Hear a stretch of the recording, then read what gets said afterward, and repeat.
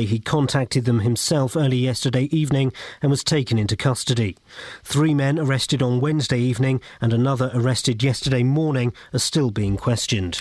The former boss of Marks and Spencer, Sir Stuart Rose, is going to become an advisor for the NHS in England, concentrating on 14 trusts in special measures, including Buckinghamshire Healthcare NHS Trust. He'll act as a mentor for senior managers and advise the government on how to attract the best leaders from both the public and private sectors.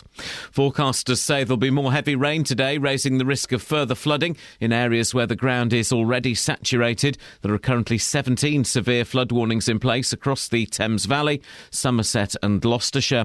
Firefighters in Hertfordshire rescued an elderly and disabled man from a car stuck in floodwater at St Paul's Walden near Hitchin yesterday afternoon. A boat was severely damaged by fire on the Grand Union Canal in Bletchley last night. The river cruiser was moored by Stoke Road. Firefighters and the water rescue unit were called just before 8:15. The fire service say everyone was accounted for.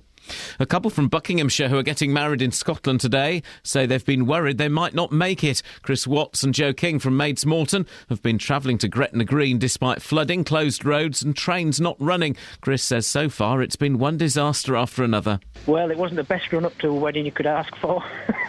I think the plan was I look after all the wedding, do all the planning for that, and then Jo walks the dog. But she broke her arm walking the dog 3 days before we get married. The American actor Ralph Waite, who played the father in the 1970s TV series The Waltons, has died. He was 85. In sport, Team GB are on course for a first gold medal at the Winter Olympics as Lizzie Yarnold goes into the second day of the women's skeleton with almost a half-second lead over the rest of the field. And Bedford Rugby Club's match at Ealing tonight is subject to a midday pitch inspection. The weather, more heavy rain expected to spread northwards through the day, gales as well, a maximum temperature 11 degrees Celsius. And you can get the latest news and sport online at bbc.co.uk/3 counties.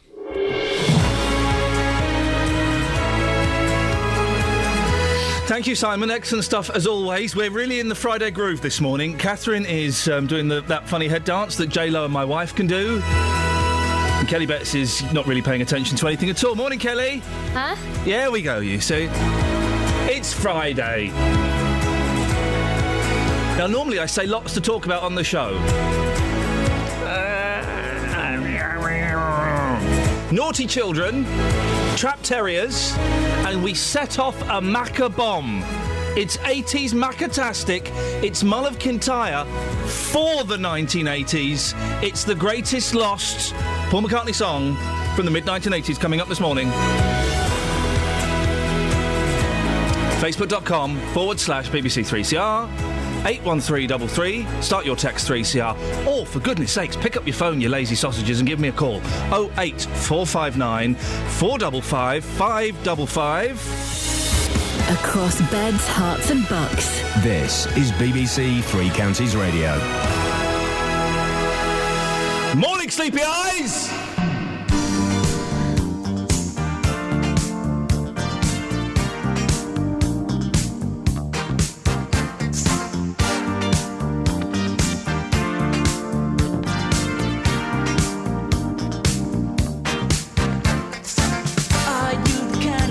Your heart on the line, on who stays out of reach. 'Cause unlike other guys, I won't waste your time. I just wanna practice what I preach. 'Cause love can be such a talent, a game where there can be two winners. Unlike any sport, it depends on the prize and knowing where the real thing lies. To make a long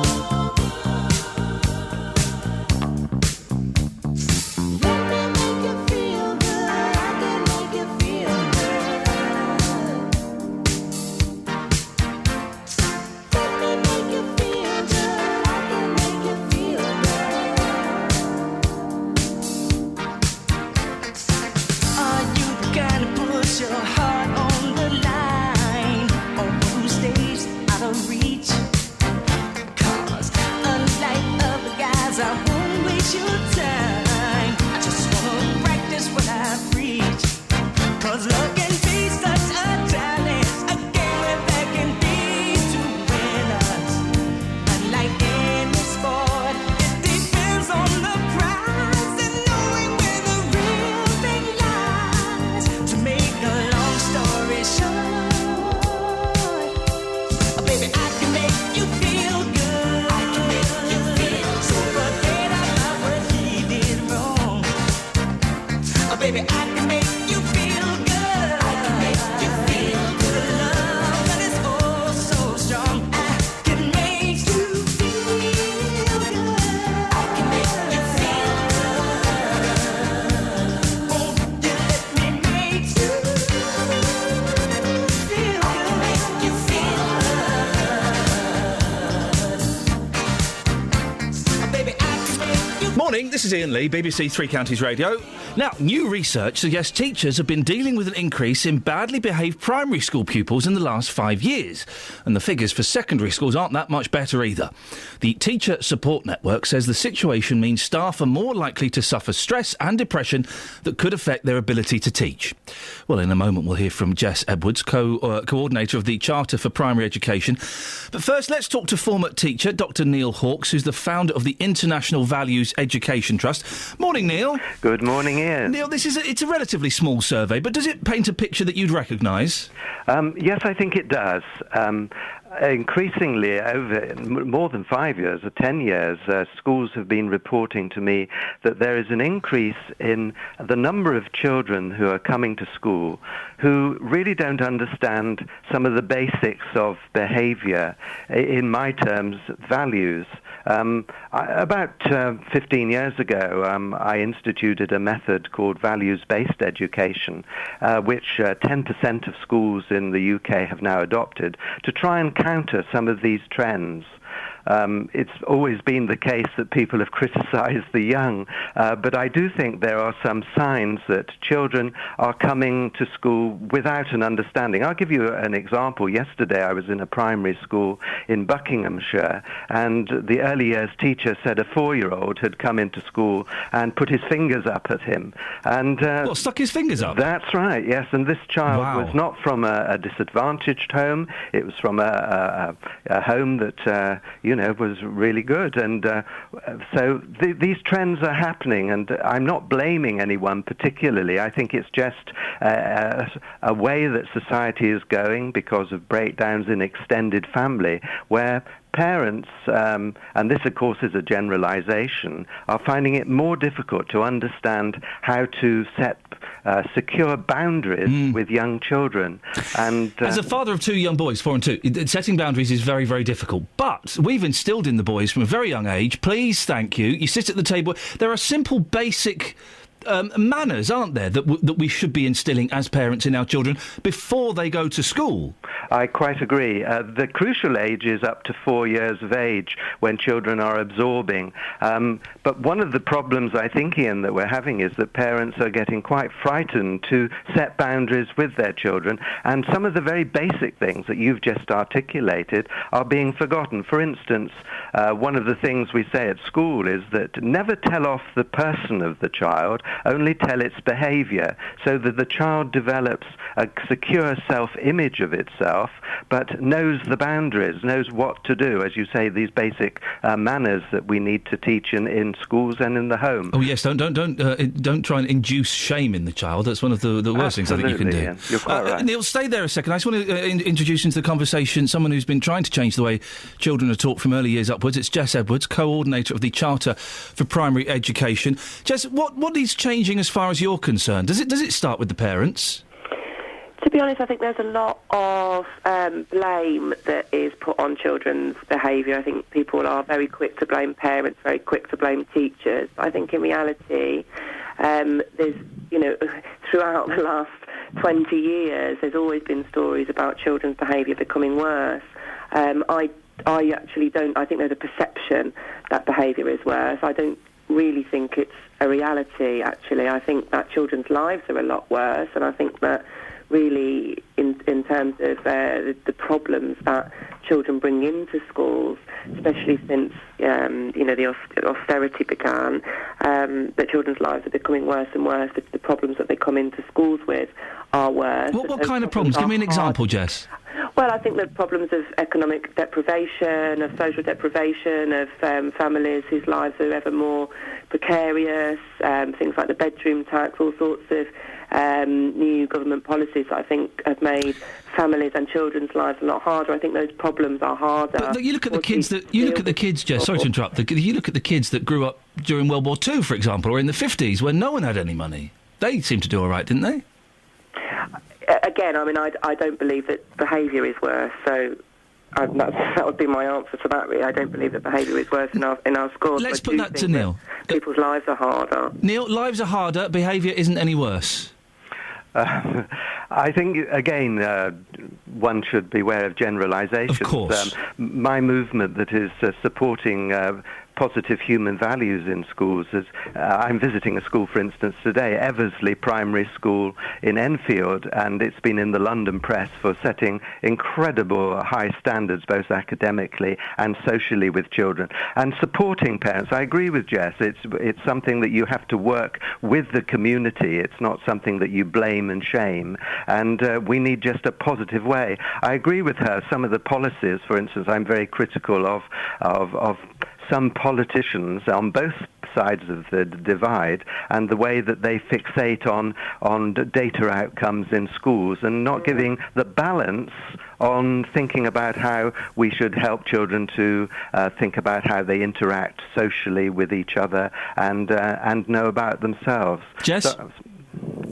Would you like to respond? I agree with much of that, actually. I think that there's been a huge kind of top-down focus on data in schools, and I think that takes teachers' attention away from focusing on the whole child, all of the needs of that child, including social and emotional needs of that child, and the more that we neglect that, the more difficult it is for children. Listen, I wish we could talk for longer. Fascinating, and thank you for coming on at this ridiculous time in the morning. The last voice you heard there was Jess Edwards, coordinator of the Charter for Primary Education, and the other voice that you heard there was Dr Neil Hawkes, founder of the International Values Education Trust. 08459 455 555. Travel news for beds, cards and bugs. BBC Three Counties Radio. Good morning. Lots of problems left over with flooding, I'm afraid. Starting between Bourne End and Cookham, Ferry Lane is closed. And then in Watford, Exchange Road has a lane closed around the High Street while they try and pump water from the road. Between Essendon and Hertford, the A158 is closed while emergency repairs go on after flooding. I'm Alice Glossop, BBC Three Counties Radio. Alice, thank you very much. Coming up, I mean, we are going to spoil you rotten with music today. If by spoil you rotten, you interpret that to mean songs from the 80s you've probably forgotten about. That's what we're going to do. Right now, it's 6:16. It's Friday, the 14th of February. I'm Iain Lee. These are your headlines on BBC Three Counties Radio. Primary school teachers across the three counties are having to cope with a decline in children's behaviour over the last 5 years, according to new research. Police have arrested a fifth man in connection with the murder of Isaac Stone in Bedford last month. And in sport, Team GB, the GB standing for Great Britain, are on course for a first gold medal at the Winter Olympics, with Thin Lizzie Arnold leading the women's skeleton. BBC Three Counties Radio.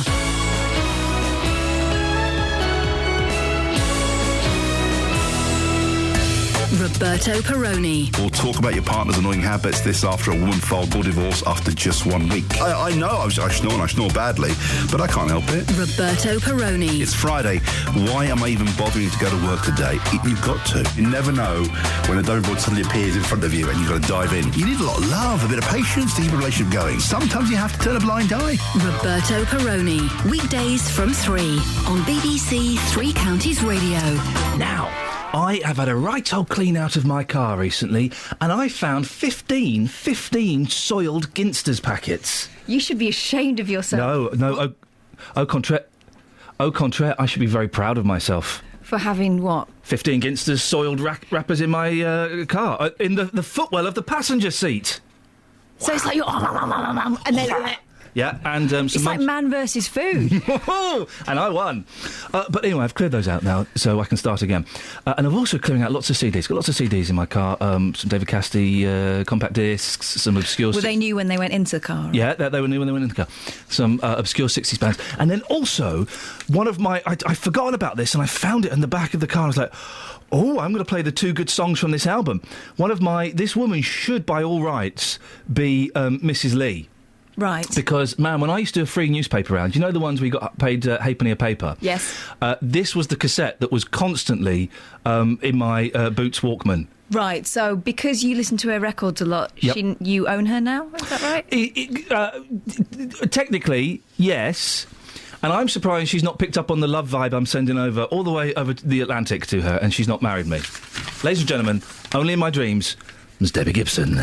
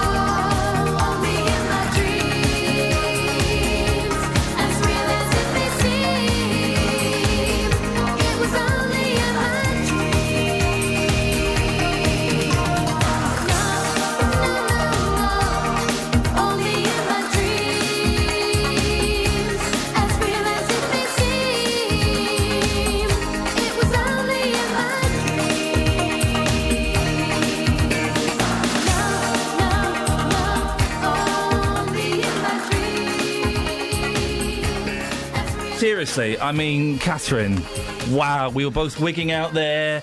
We were looking up pictures of Debbie Gibson on the internet. And Tiffany. Oh, Frank in Milton Keynes. Frank. Hello. What do you reckon to that? Well, I think it was okay, but you must, when you play records, you must say who it is when you finish.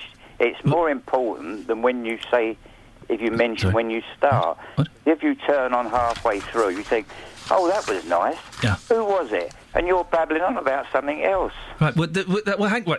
Whoa! Hold your horses. He's quite right, of course. No, in some ways he's right, but in every other way he's completely wrong. First of all, Frank, I did back-anno that, Debbie Gibson, Only in My Dreams, OK? Yeah. Secondly, come on, guys, you don't need me to announce records. We're too hip and happening. We're moving on to the next thing straight away. You should have a word with Justin. He's one of the best disc jockeys there is. If Justin wasn't in a Peruvian prison, Phil, I don't want to know what he was carrying across that border, then I would have a word with him. No, but when he plays a record, he gives you information about it, and he always says who it was at the end. Blimey. It's most... You know when you see a film, you think, who's that actor there? Yeah. And you can't... Would you want me to come round and tell you that it was Victor Mature? All day long. Well, that's what you do. What do you want me to do? Every time you watch a film, do you want me to phone you up and say that was Michael Caine in 1968? No, all I want you to do is just play a record, and when you finish, just say, oh, that was so-and-so. All right, well, you just heard What's It by so-and-so. Happy? No. OK. Podcast.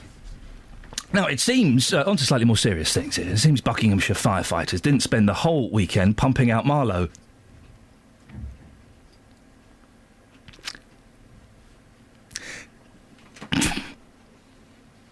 I should have looked at this before I came in, shouldn't I?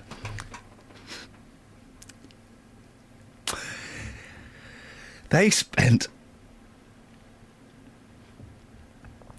at least 2 hours pulling a dog out of a rabbit hole. Oh, man, alive! I can't do it! Across beds, hearts and bucks. This is Iain Lee. BBC Three Counties Radio. Sorry about that. Now, it seems Buckinghamshire firefighters didn't spend the whole weekend pumping out Marlow. They spent at least 2 hours pulling a dog out of a rabbit hole in Woburn Park. Yes, they did. The owners of Tinker the Terrier, because that's what it's called, they're delighted to have the dog out of a hole.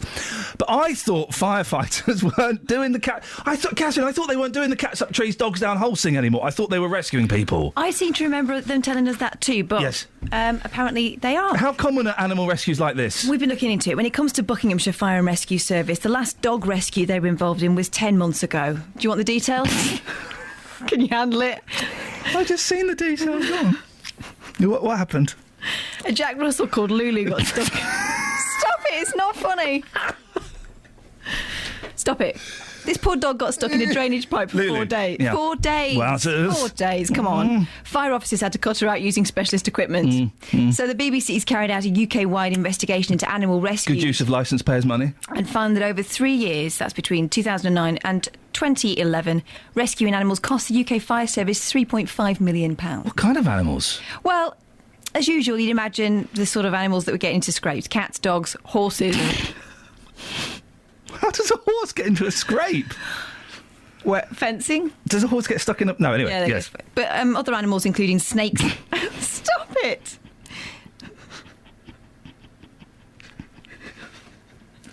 Go on, finish the list. I know what's coming, I don't think I can. Snakes, seals, bats, chinchillas, iguanas... A raccoon, which is not indigenous to this country. Badgers and a chameleon. Now, there have been widely reported cases of Mid and West Wales Fire and Rescue Service being called out to remove... Someone's having a laugh here. Being called out to remove a snail stuck halfway up a wall. That was a call from a distressed elderly lady. I'm not sure they went to that show. Yeah, I think she called our show yesterday. What happened with the case on Sunday, though? I mean, this is serious. This is very serious. No one wants to get their Tinker stuck down a hole, do they? So what happened? Those rabbit holes are nasty. Yeah. Tinker the Terrier was on a family walk in Woburn Park. He wouldn't have been out on his own. No. He was on a family walk. Yeah. He got stuck down a rabbit hole. Then what happened? How did they get him out? What equipment did they use? Did they use any equipment? Yes. What?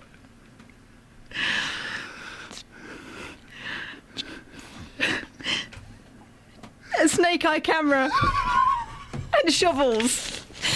You're going to be talking to Fraser Pearson from... I hope you can contain yourself. From Bucks Fire and Rescue later. He could tell you more about what happened and why they answer calls like this. But I think in a nutshell it's because if they didn't, pet owners could get into much bigger trouble trying to rescue the animals themselves. I heard somewhere that there's a fire service that charges for incidents like this. Is that right? That's right. None of our fire services do. But if you live in the West Midlands, you could be charged £4.12 an hour. Wowzers. Which still seems quite cheap, actually. That's not bad, is it? For an animal rescue. Of course, there are other agencies like the RSPCA who do get called, but they in turn may have to call the fire brigade themselves if they don't have the specialist equipment to deal with the incident. They haven't got snake eye cameras. Well, no, I don't think they've got as many. No. Although the RSPCA declined to come on the show to talk about this, because we did ask them. A spokesperson did tell us that in their experience... There are plenty of cases where putting a bit of food out can be enough to get an animal back where it should be. I don't think this was the case with Tinker the terrier. Is Tinker all right? Tinker's fine. Well, that's fantastic. Catherine, thank you so much for that. We really are the first for news. I don't know why we dropped that tag. 08459 455 555. Have you ever got your Tinker stuck in a hole? Travel news for beds, cards and bugs. BBC Three Counties Radio. In Nebworth, Watton Road is flooded between London Road and Hertford Road. And in Watford, the Exchange Road has a lane closed around the High Street while they have a pump trying to get rid of some of the floodwater there. Between Bourne End and Cookham, Ferry Lane is closed because of the flooding problems. But on the speed sensors, there aren't any problems around so far. It's pretty quiet at the moment. Public transport has no reported problems. I'm Alice Glossop, BBC Three Counties Radio. Across beds, hearts and bugs. This is BBC Three Counties Radio.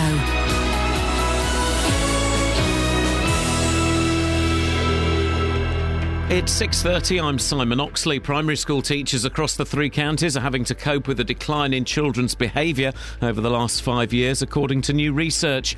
Police have arrested a fifth man in connection with the murder of Isaac Stone in Bedford last month. An 18-year-old named by police yesterday contacted detectives and was taken into custody. And the former boss of Marks & Spencer, Sir Stuart Rose, is going to become an advisor for the NHS, concentrating on 14 trusts in special measures, including Buckinghamshire Healthcare NHS Trust. Three Counties Sports. BBC Three Counties Radio. Team GB are on course for a first gold medal at the Winter Olympics as Lizzie Yarnold goes into the second day of the women's skeleton with almost a half-second lead over the rest of the field. Bedford Rugby Club resumed championship action away to Ealing this evening, although the game is subject to a midday pitch inspection. There are two changes from last week's defeat to Bristol, with starts for Charlie Clare and Joe van der Molen in place of Scott Sperling and Paul Tupai. Darren Fox returns after injury among the replacements. Forwards coach Martin Hines wants to build on that performance. That now has got to be the minimum standard. We want that every week from the lads, and I'm sure if we get that commitment, the lads will have a great second half, back into the season, because they'll be enjoying the rugby they're playing, and the support and everything will get behind them. In tomorrow's football, Watford host Middlesbrough in the Championship. In League One, Milton Keynes Dons are at home to Oldham. Stevenage resume their relegation battle with a trip to Rotherham. In League Two, Wickham are at Cheltenham. Conference leaders Luton host Hereford with the pitch cover in place ahead of today's latest downpour. Here's assistant manager Terry Harris. At least we're doing something to alleviate the problem anyway, because I think I think we do shed loads of rain tomorrow by all accounts, and so hopefully that will be down, and it'll help the situation. And in ice hockey, Milton Keynes Lightning are through to the English Premier League Cup final after a 5-4 overtime win at Manchester last night gave them a 10-9 aggregate victory. They'll play Basingstoke Bison in the final. BBC Three Counties News and Sports. The next full bulletin is at 7. Call 08459 455 555. BBC Three Counties Radio. No more. We've had our laughter quota for the whole month of February, so no more of that. Now, Paul McCartney's 80s Hey, Kelly, you like the pop and stuff, don't you? You like your Ed Sheerans and your Pulps and your Backstreet Boys, all the current pop bands, yeah? Oh, hang on. You like your Ed Sheerans, your Pulps, the Backstreet Boys, all your current pops. Pop bands, yeah. There we go, lovely. So, pop singer Morrissey, have you seen who's opening for him in America? No, who? Have a guess. Ed Sheeran. No. Backstreet Boys. No. Pulp. No. Oh, I'm all out. Cliff Richards. Is opening for Morrissey. Well, hang on. Hertfordshire's Cliff Richards. Hertfordshire's Cliff Richards is opening up for Morrissey in New York City, America. Isn't it just Cliff Richard? No, Cliff it's him Richards. and Morrissey and Tom Jones, isn't it? Tom Jones is doing it. His name's not Cliff Richards. No, his name's Harry Webb. Yeah, but he changed it. No, but it's Cliff Richards. It's like Elton one John's is Reg singular. Dwight. And Sting is Gordon Sumner. Gordon. He's a pervert. as far as No, I'm he's concerned. not. Go with all You that can't say things like that. all that tantric nonsense. He's a modern day bard. Why on earth would you want to go on for hours? Let's just get it done and go to sleep. Yeah. So Cliff Richards is opening for Morrissey. That's awesome news, isn't it? Oh, Cliff Richard is opening for Morrissey, is he? Why is she saying it wrong? I don't understand what You're saying Cliff Richards. Yeah, he's opening for Morrissey. That's Yeah, why I'm but saying his there's only name. one, isn't there? Huh? There's only one of him. There's only one Cliff Richards. One Cliff Do Richards. you know who I want to see back? Ian Because he was Leeds. born to do it. Yeah, go on. Craig Davis. Oh, Craig Davis all over your boing. He was good. He once, he once gave me some really good advice. Did he? I was going through troubles with a girlfriend at the time, and he said, "You know what you need to do, Ian? You just got to be really nice to her." I thought, "Oh, nice one, Craig's." Take her for a drink on Monday. Pop into a pub on Tuesday. Make love Wednesday, Thursday, Friday. Chill on Sunday. Then it's over. You're done. Then dump her. His house. This is true fact. Who's this? Craig Davis. Craig Davis. He had a flat, right? And if he was bringing a lady back to his flat, He was right, what did you do? if he was bringing a lady back to a flat, That's a good lady impression. yeah. What he would do, he could text his flat. This is absolutely true. So he'd get his phone out and he'd text the flat to say, "Close your curtains and don't watch." Yes. Close your... Hot, sexy mama. I feel a little bit naughty. And the house would then go into naughty mode. It would close the curtains, red lights would come on. Or he Red could, lights? Yeah, or he could go, bringing back a cute girl, I'm feeling a little bit thoughtful. And then it would go into thoughtful mode and like books would come out or something. Oh. It may have just controlled the lights, actually. So you know how much he fancied you from whether you got the boom chicka wow wow, Yeah, exactly. or if you got the just soft bit of Luther Vandross. Yeah, exactly. Anyway, back to me. So, Cliff Richards, Morrissey's, going to be a great show. Now, for the moment here, what are we talking about? Ah, yeah, this is it. Paul McCartney, 80s week. Paul McCartney? It's just Paul McCartney, Kelly. Oh, Kelly sorry. Betts. Now, you have been educated this week, haven't you? Yeah, not here. Right, I'm going to turn her microphone off because she's been disrespectful. It's not helpful, is it? We have had a little stroll down memory lane, haven't we, Catherine? Well, you have. I barely remember it. My dad probably would. You're such a... Now, listen, we're going to drop the M-bomb today. Where are you? Track 16. It's more of an M-bomb. Bum. Aye. Yes, we're going there. We're actually going there. This song, now listen, when you first hear it, forget the video. Take that out of your head. If you're in the car, just pull off, listen to this, and just because the motorway, because this is better than you think, OK? It's become a joke. It's become a byword for all things that are naff and overblown and rubbish. I think he did go a bit OTT. Oh, listen to this on full blast. This is flipping awesome.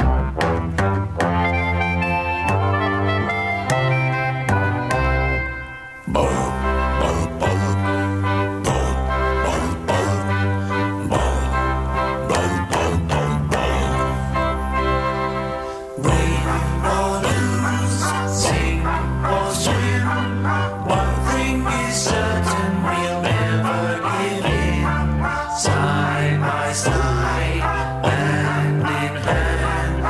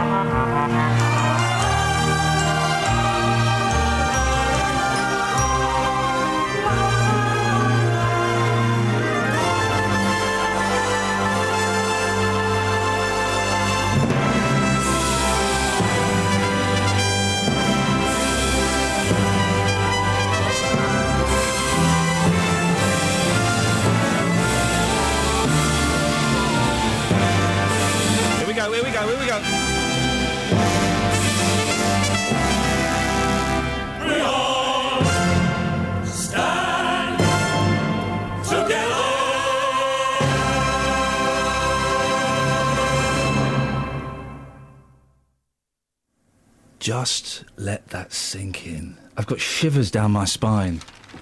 That's not shivers. Right, now let's start with the voice of wisdom and age, Catherine. It makes sense with the video. No, what I've found is... Well, Kelly, what's your thoughts? I cannot believe that just happened.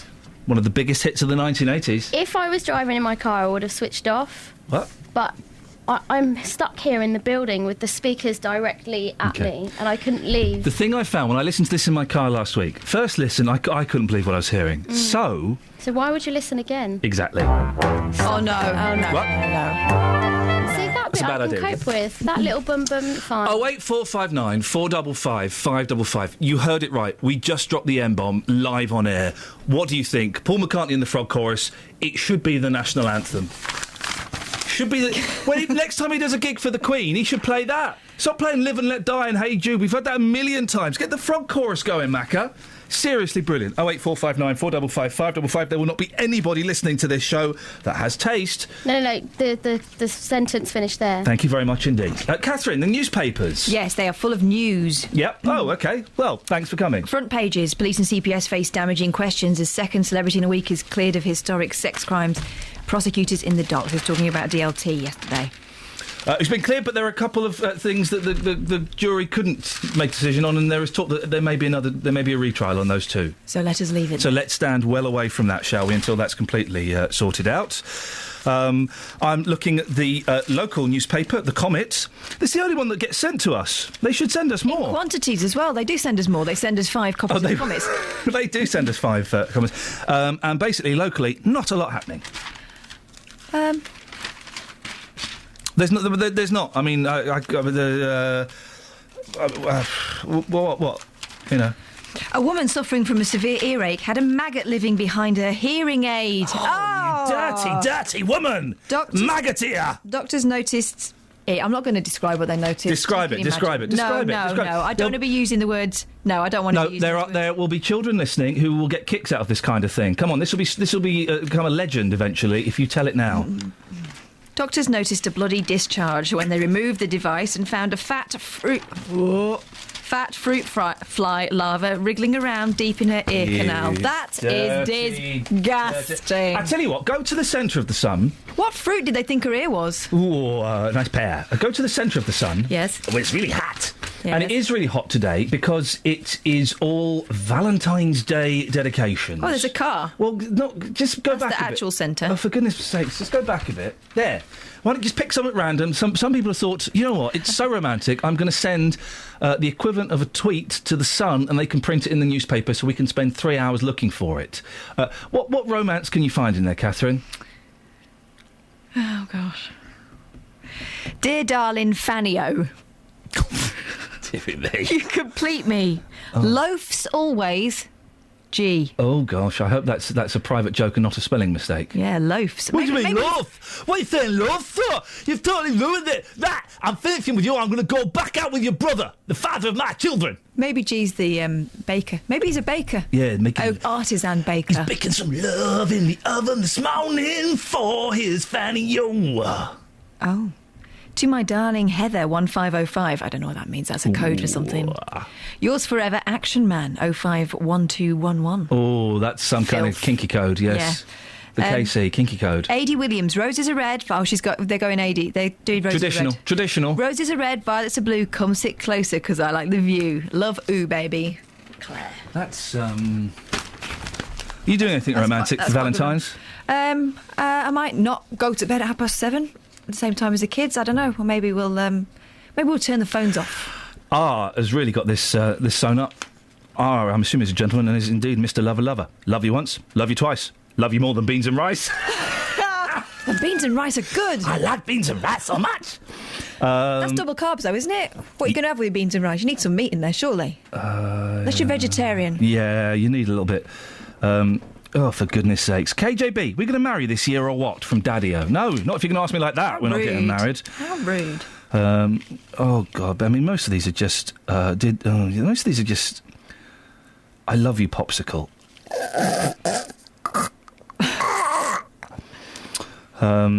wishing my Jeffrey a fantastic Valentine's Day. Love from Jemima. Why don't you go with someone called Jeffrey? Why wouldn't you?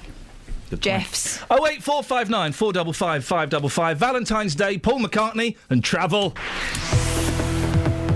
Travel news for beds, cards and bugs. BBC Three Counties Radio. I don't think anything says Valentine's Day like travel either. Starting in Bricketwood, North Orbital, heavy going at the M25 Junction 21A roundabout. Also between Bourne End and Cookham, Ferry Lane is closed because of flooding. And in Watford, the Exchange Road has a lane closed around the High Street while they try and pump some of the floodwater out. Public transport has no reported problems. I'm Alice Glossop, BBC Three Counties Radio. Thank you very much. 6:45. It's Friday, the 14th of February. I'm Iain Lee. These are your headlines on BBC Three Counties Radio. Primary school teachers across the three counties are having to cope with a decline in children's behaviour over the last 5 years. That's according to new research. Police have arrested a fifth man in connection with the murder of Isaac Stone in Bedford last month. And in sport, Team GB are on course for a first gold medal at the Winter Olympics, with Thin Lizzie Arnold leading the women's Skellington.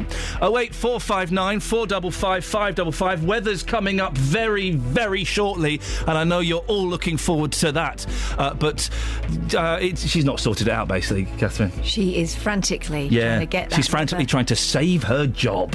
I'm going to hit the button. Let's see what happens. Go on. Beds, hearts and bucks weather. BBC Three Counties Radio. Hello there. Well, we've got a fair amount of wet and windy weather to come today, and the Met Office have a yellow warning in place for rain, and that's until 6 o'clock tomorrow morning. There's also a yellow warning for wind in the areas surrounding, but not actually for the three counties. But we've got this very heavy rain spreading northeastwards this morning. It's going to bring with it 15 to 25 millimetres of rainfall, perhaps more locally, and also some strong south to southwesterly winds with temperatures reaching 10 or 11 degrees Celsius. Now, after the rain has passed, it leaves behind it a fair amount of showers, which could be quite heavy, perhaps with some hail mixed in there on higher ground. They continue through the night, and the winds actually increase through the night, really peaking in the early hours of the morning. We could have gusts of maybe 50 miles per hour, and perhaps even more than that. Temperatures down to 7 or 8 degrees Celsius. So tomorrow, those strong winds continue. We've got blustery showers as well, but it all starts to ease later in the day, and we should have some bright spells with temperatures reaching 9 or 10 degrees. Sunday, after a frosty start, it becomes drier and brighter, and the winds ease. So a much more settled day, but then it becomes wet and windy again on Monday. That's your latest forecast. Thank you very much. This week we're helping a very special building celebrate its birthday. We've become quite strong and aware in the links that we need to have with our neonatal colleagues. 75 years ago, the Luton and Dunstable Hospital officially opened its doors. I've been here 10 years, and even in that 10 years it's changed markedly, but we've got to keep up with what the needs of the population are. This afternoon I'll be in the children's ward, where the young patients will help me deliver the all-important birthday cake, and I'll be taught all about the history of the hospital with former nurse Janet Graham. Nick Coffer. Celebrating the Luton and Dunstable Hospital's 75th birthday, today from midday here on BBC Three Counties Radio. 08459 455 555 is the telephone number. Jeffrey's in Windsor. Morning, Jeffrey. Morning, Ian. How are you? Do you know what? I'm fine and dandy today. Fine and dandy? Like my little puppy Andy. Yep, I'm living the dream. I'm sheathing my Paul McCartney all the best. That's going to get me up to Birmingham later on today. Thank you very much indeed. Is your little puppy Andy, is he dressed? Do you ever dress him up like Andy Pandy from the old? No, you don't. Here's the thing: you don't need to dress animals. They have their own clothes. It's called fur. In inclement weather, people put coats on their horses, don't they? The people who put clothes on animals, I'm going to say this, and I mean it, are idiots. You don't put clothes on animals, for goodness sakes. Can I say one thing? You are exceptionally brave radio presenter, because you risk alienating so many of your audience all the time with very, very strong opinions, don't you? You don't seem to care at all. I think that risk-taking is amazingly interesting. Get to the point before I cut you off. Well, I was told that you think us people who are blessed with the name Jeffrey have a sort of discriminated aspect in terms of trying to make relationships with partners. It's a ridiculous name. I remember you when you were Jethro. That was a much better name. Jeffrey is a ridiculous name. Yeah, well, Jeffro's got connotations of West Country bumpkins, hasn't it, really? You've got 3 seconds to save this phone call. 1, 2, 3. He failed. I'm rambunctious. Rambunctious? Adenoidal. What am I today? Rude. Did we... I thought we had another call. Did they drop off? Oh, yes, Jez. Sorry, Jez. No, I haven't dropped off. I'm still here. No, well, I think many of our listeners are. Go on, what have you got? Nothing's dropped off. I've enjoyed this week immensely, the Paul McCartney. Hasn't it been nice? Look, his 80s material gets very overlooked. Oh, discerning taste and, sometimes I don't agree with some of the stuff you come out with. I think, oh, God, what is he talking about? But this week... Oh, yeah. What did you reckon how it's divided people? The frog chorus? Oh, the frog chorus, I think. But I love that song. And when I did Hospital Radio some years ago, I used to do the Thursday night request show. One week we played it, and I had a BBC sound effects CD which had lots of animal sounds on it, and it had hens in a hen house, obviously having some kind of scrap. Yeah. And you know the big instrumental bit in the middle? Yeah. I played that all over the frog chorus, and you couldn't recreate that moment. I've still got the tape somewhere up in the loft. I must dig it out, and it just worked so well. You can't recreate something like that, Are you playing the tape now, Jez? No, I've just got the birds in the background now. Good for you. Well, I'm glad you've enjoyed it. We might visit the Paul McCartney 80s week again in the future. Oh, by the way, just before I go, yes, I've got a. I'll have to get this on. I'm sort of trying to get ready for work at the moment, but I have got a cider drinking, talking budgie from Poland here now. Can I speak to it? I don't know if he'll talk this time of the morning.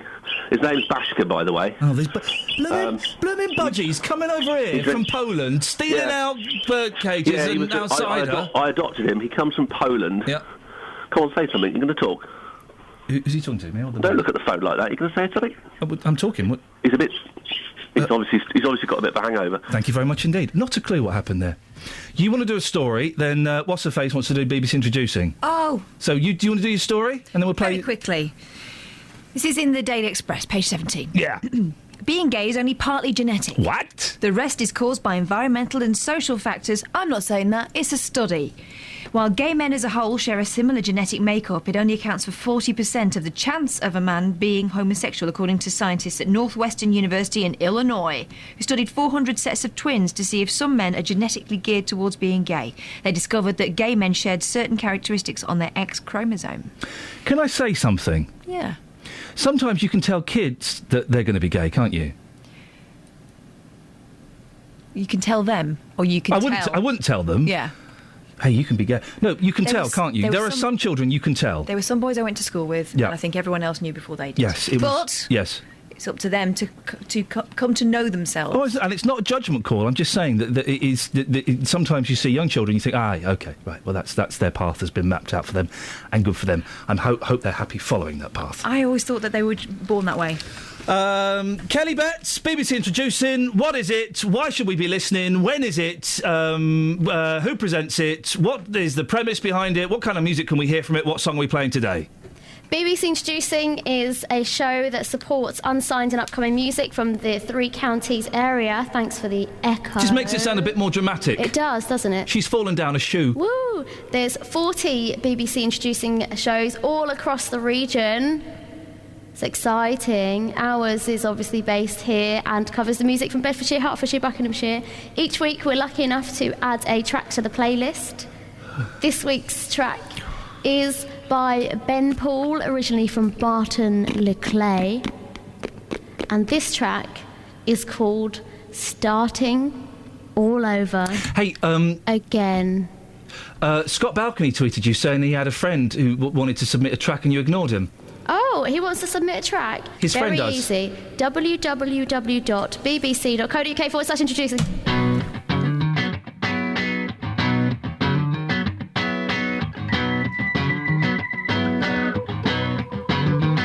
I know you've heard things about me, and I wish I could say that the rumors weren't for real.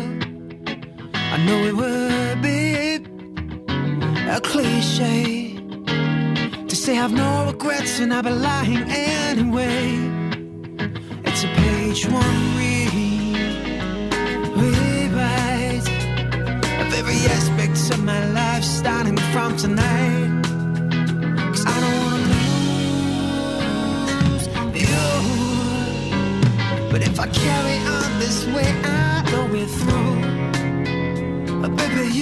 loved me then. That's why I'm starting all over again. Now I wanna see the end inside.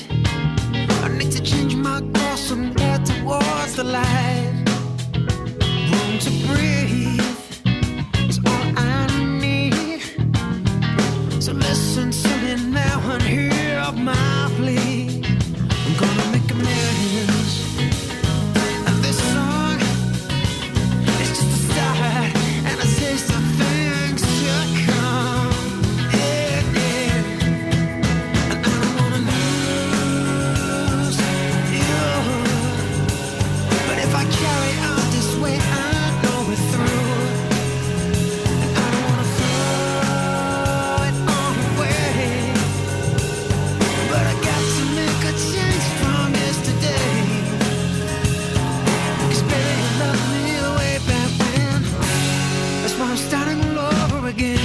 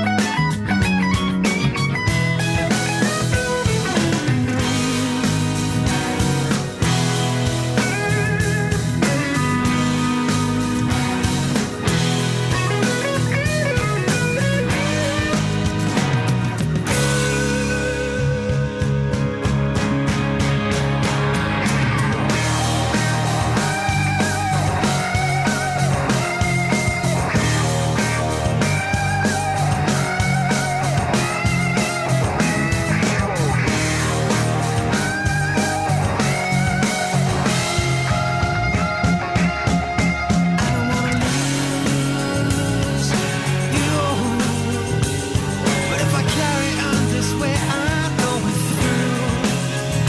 I don't wanna throw it all away, baby. But I got to make a change from yesterday. I never wanna lose you, baby. But if I carry on this way, I'm so with you. 'Cause baby, you loved me way back when. That's why I'm starting all over again. Starting all over again. Yeah. Starting all over again. Yep. Yeah. Starting all over again. Like an early Elvis Costello, like a little bit of Weezer, like that fella that did the song about my United States or whatever. That wasn't bad. It was brilliant. Aye. And it was nothing like the frog chorus that you played earlier. Aye, aye. Ben Poole there, starting all over again. How good is he? I believe he's going to be touring Spain and Germany soon. I'm going to all of those shows. That's correct information. Front row, centre. Because of that, we couldn't play this. But never mind. It's a shame. It's a shame. Oh, look at Catherine holding her headphones up with her shoulders because her ears don't work. We haven't got anything to ask the listener, have we? Yes. What? Should firefighters be rescuing animals? There we go. Thank you very much. That's the question. Call me now. 08459 455 555. Travel news for beds, cards and bugs. BBC Three Counties Radio. In Luton, the A6 southbound, heavy going between Enterprise Way and Stockingstone Road. The M25 anti-clockwise looking slow now around junction 16 for the M40. On the speed sensors, there are queues on the A1 southbound at Mill Hill Circus. Public transport has no reported problems. I'm Alice Glossop, BBC Three Counties Radio. Hey up, Alice. Good stuff. Thank you very much. Right. It's Valentine's Day. Oh, romantic. What are you doing for Valentine's Day? I'm going to be spending the night in a hotel miles away from my wife. That'll learn her. Treat her mean, keep them keen. Let's get the news and sport now. Here's Simon Oxley. Local and vocal across beds, hearts and bucks. This is BBC Three Counties Radio.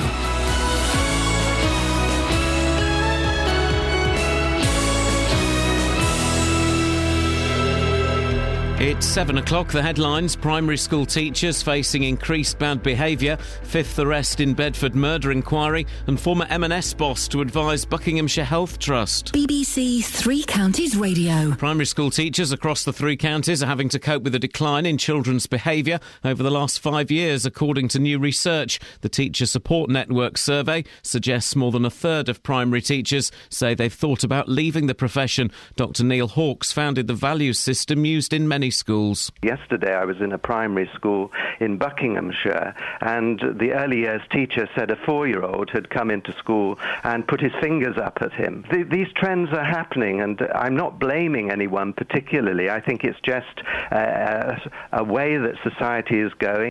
Police have arrested a fifth man in connection with the murder of Isaac Stone in Bedford. The 19-year-old was stabbed to death in Costin Street last month. More from Lee Agnew. Yesterday, detectives named an 18-year-old man they wanted to speak to as part of their investigation into the fatal stabbing on January the 25th. Police say he contacted them himself early yesterday evening and was taken into custody. 3 men arrested on Wednesday evening and another arrested yesterday morning are still being questioned. The former boss of Marks & Spencer, Sir Stuart Rose, is going to become an advisor for the NHS, concentrating on 14 trusts in special measures, including Buckinghamshire Healthcare NHS Trust. He'll act as a mentor for senior managers and advise the government on how to attract the best leaders from both the public and private sectors. There are warnings of torrential rain this morning in areas already affected by the worst floods in living memory. A storm which has begun lashing the West Country will cover much of southern England in the coming hours. Firefighters in Hertfordshire rescued an elderly and disabled man from a car stuck in floodwater at St Paul's Walden near Hitchin yesterday afternoon. A boat was severely damaged by fire on the Grand Union Canal in Bletchley last night. The river cruiser was moored by Stoke Road. Firefighters and the water rescue unit were called just before 8:15. The fire service say everyone was accounted for.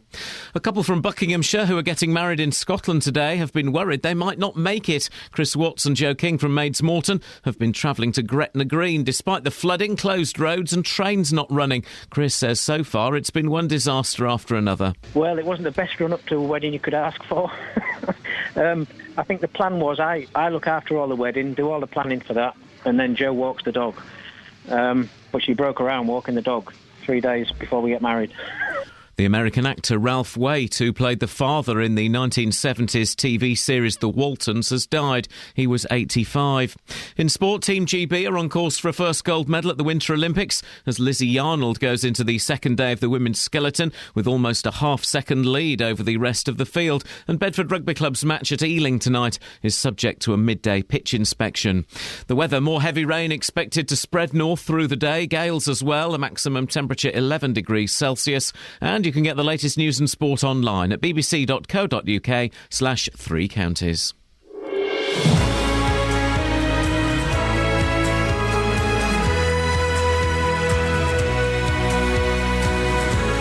Thank you, Simon. Morning, this is Iain Lee, BBC Three Counties Radio. It's Friday the 14th of February. Lots to talk about, including naughty, naughty children. Who's to blame? Trapped terriers. Should the fire brigade really be wasting their resources rescuing animals? Oh, and a little bit of a free-for-all. You can give us a call about anything you want, to be honest. Facebook.com/BBC3CR. You can send me a text, 81333. Start your text 3CR, or give me a phone call, 08459 455 555. Across beds, hearts and bucks. This is BBC Three Counties Radio. Now, it would appear that our children are getting naughtier and naughtier. And I'm talking about the little children. A new study from the Teachers Support Network suggests declining behaviour among primary school pupils has led to an increase in stress and depression for their teachers. Would love to hear from you. A, if you're a parent, what do you think? Are kids getting naughtier? But I guess more importantly, if you're a teacher, are you finding that the children you're teaching are naughtier than they were, say, 5, 10, 15, 20 years ago? Is it stressing and depressing you that you have to tolerate this sort of behaviour? And what kind of behaviour are we talking about? 08459 455 555 is the phone number. It's one of those things I can pontificate on, but I really need your stories from the front line, as it were. So do give me a call. In a moment, we're going to hear from Labour Luton Borough Councillor Jackie Burnett, who's a governor of Farley and Hillborough junior schools in the town. But before that, we can talk to Dr Simon Gibbons, who's head of teacher education at the University of Bedfordshire. Morning, Simon. Morning. Very small study in this survey, so we have to be slightly careful with it. But do these findings come as a surprise to you? I am quite surprised, actually, yes, because my experience working with hundreds of primary school teachers going into the profession is that over the course of the last 5 or 10 years, behaviour's improved in schools, and also the training that new teachers get has improved massively. There's been a relentless focus on behaviour management as part of teacher training in the past 10 or 15 years. What kind of training are they given to deal with unruly pupils? Well, there's two parts. All teacher training works as a partnership between schools and the university, and what happens is they will get some theoretical input about best strategies to use. They will get some experts coming into the university. We have a nationally acclaimed Sue Cowley coming in a couple of months to talk about the kind of ideas and strategies you might use, and then obviously in their placements they then get to see excellent teachers at work, excellent teachers who have great classroom management, and they learn from those teachers, and obviously there's a bit of trial and error, they make mistakes, but then through that they become experts themselves over time. You can learn all the theory you want, I suppose, but you really have to deal with it kind of hands-on, don't you, to know exactly how to work it, I would suppose. Oh, absolutely. It's one of those aspects of teaching that, yes, you can listen to people talk about it, you can learn strategies, you can try things out on each other in a peer group, but ultimately it's only when you're in the classroom and you're tested that you're really getting to refine your skills. And there's no one right way to manage a class and every child is different. So it's problematic, and in primary school particularly, because you're a teacher with the same children all day, every day, if there is a problem, it obviously gets intensified. So I can see that the primary classroom has specific challenges that perhaps secondary doesn't. What can you do if you've got a group of 5-year-olds and a few of them are kicking off and I've got a 4-year-old boy, and I know sometimes when they kick off, they kick off. Yeah. Give us a couple of the tips of things that teachers might be learning. Well, a lot of classroom management really is about building relationships with children. As I say, you can use strategies. There's lots of non-verbal strategies, the way you look at children, the way you approach them, the way you anticipate bad behaviour when you see it brewing up, so you don't let it escalate to something and then you have to deal with the problem then. But it really is about building relationships with children, setting clear limits, making clear your expectations as a teacher, and following through when you make it clear that, behaviour is not acceptable, that then you follow through with action when necessary. You mentioned there was a difference between primary school and secondary school children. Obviously, there will be because of their age. What kind of behavioural differences are there? Well, I think when you go to secondary school, you have all the challenges of adolescence kicking in, and that brings a whole set of different problems. Children have different types of relationships with adults and with each other as they go through their teenage years. But I think for teachers specifically, at secondary school, because you're probably only teaching a class an hour a day and you're moving to another class, if you have a particularly badly behaved child or a class that's causing you difficulties, you're not stuck with them for 5 hours for the day. So I think for teachers, actually, the problems are probably more surmountable in secondary. Simon, I appreciate your time this morning. It's Dr Simon Gibbons, Head of Teacher Education at the University of Bedfordshire, joined now by Labour Luton Borough Councillor Jackie Burnett, Governor of Farley and Hillborough junior schools in the town. Morning to you, Jackie. Morning. What's the onus on when it comes to disciplining children? Whose fault is it that we're having naughtier children? Is it the parents? Is it the teachers? Is it society? I would put the responsibility, when you're talking about primary school, on the parents and society, because the parents are the first teachers. Before they get into the classroom, it's the parents' responsibility. Children do not start school until 3-4 age, and I feel in society, misbehaviour is more acceptable. Lots of countries in the world, teachers do not have to deal with behaviour, but it's expected in this country for teachers of whatever age range they're teaching to have to deal with it, and it's become a greater focus. In Ofsted, it is something that is considered, but nowhere in society by government or Ofsted or anybody has the debate as to why our children misbehaving. They put the focus on the teachers to manage it, but nobody turns it back and say, well, why are children coming into school misbehaving? What is it in society? Why is it acceptable? What are parents not doing, or could we support parents to do to make sure that their children come to school ready to learn? And I've never heard a debate on that anywhere from Ofsted or Department of Education. When children misbehave, the focus to me is on the teachers, and I think that is unfair. Well, the thing is, Jackie, if there was kind of a government stance on this, then parents would be up in arms saying, oh, it's the nanny state. But I do think, you know, I've said before, I've got 2 boys, 4 and 2. We teach them to say please and thank you. We teach them to listen as best we can. We've, you know, they sit down and read with us. Those things do begin from a very, very young age, or they should do at least. But it's the same the debate about nanny states. The government compares us to other countries in the league table, and they're asking for certain things to change. They don't look on the comparisons of cultures and acceptance. Some of the countries where they're comparing us to now and that they feel threatened about, the children are not expected to misbehave in school. They have strict ideas of discipline and respect. So if you're going to compare one to teaching, you have to compare all culturally. And I think it's unfair. You know, no debate when they're looking at the league tables of the top 20 countries on maths, English and science. Are they putting it into context about what is expected within society of the child when they come to school? We've got a lot of overseas children, or children from overseas backgrounds. Is their attitude towards school different, do you think, Jackie? Well, I think from what I've picked up, that some certain parts of the world, the teacher is respected. They are looked up. They're not seen as their peer groups, yeah? But I think in this country, you know, children swear. The amount of swearing I hear nowadays to their parents. So if a child will swear to their parents when they're small, why won't they swear to another person? And it seems to be acceptable. It just seems to be acceptable. The languages that I hear when I'm going shopping, not all, I can't say it's epidemic, but I would say that it's growing.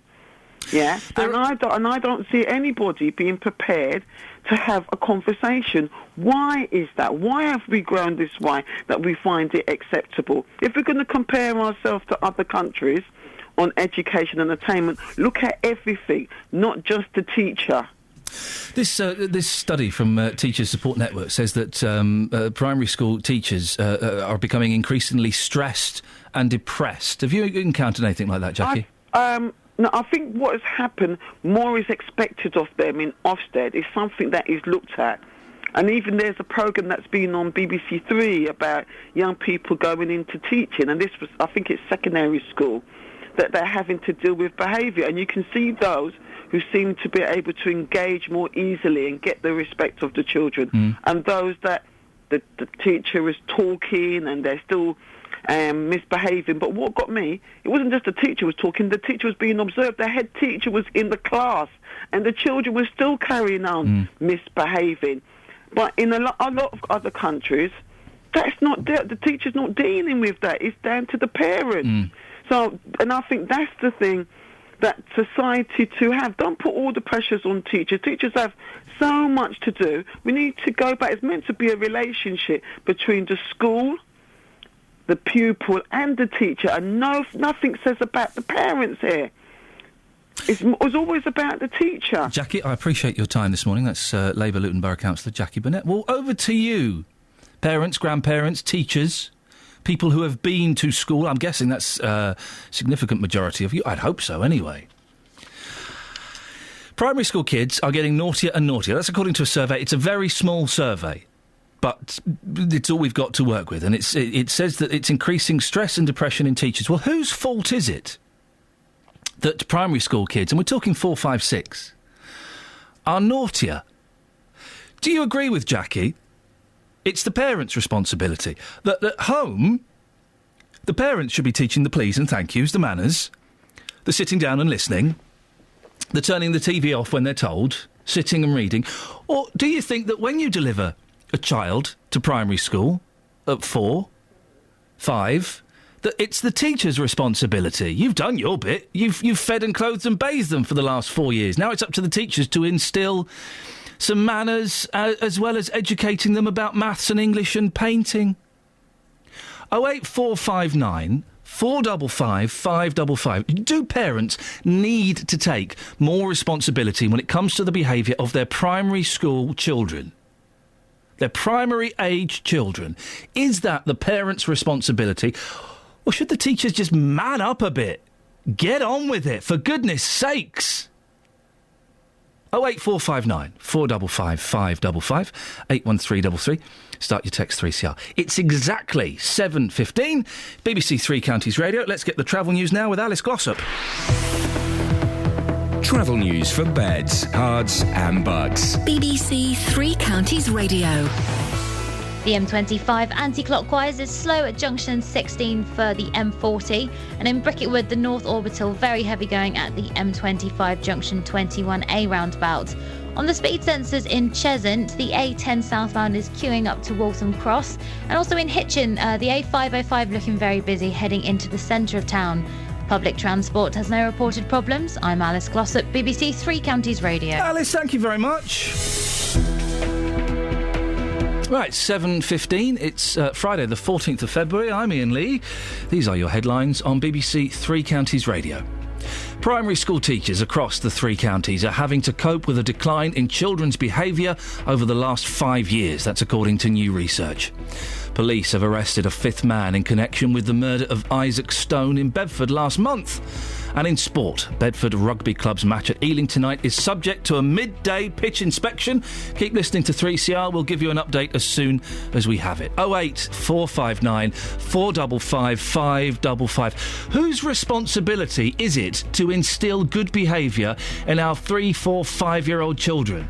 Is it the parents or is it the teachers? Should the teachers be doing more? Are they not as good as they used to be? 08459 455 555. BBC Three Counties Radio.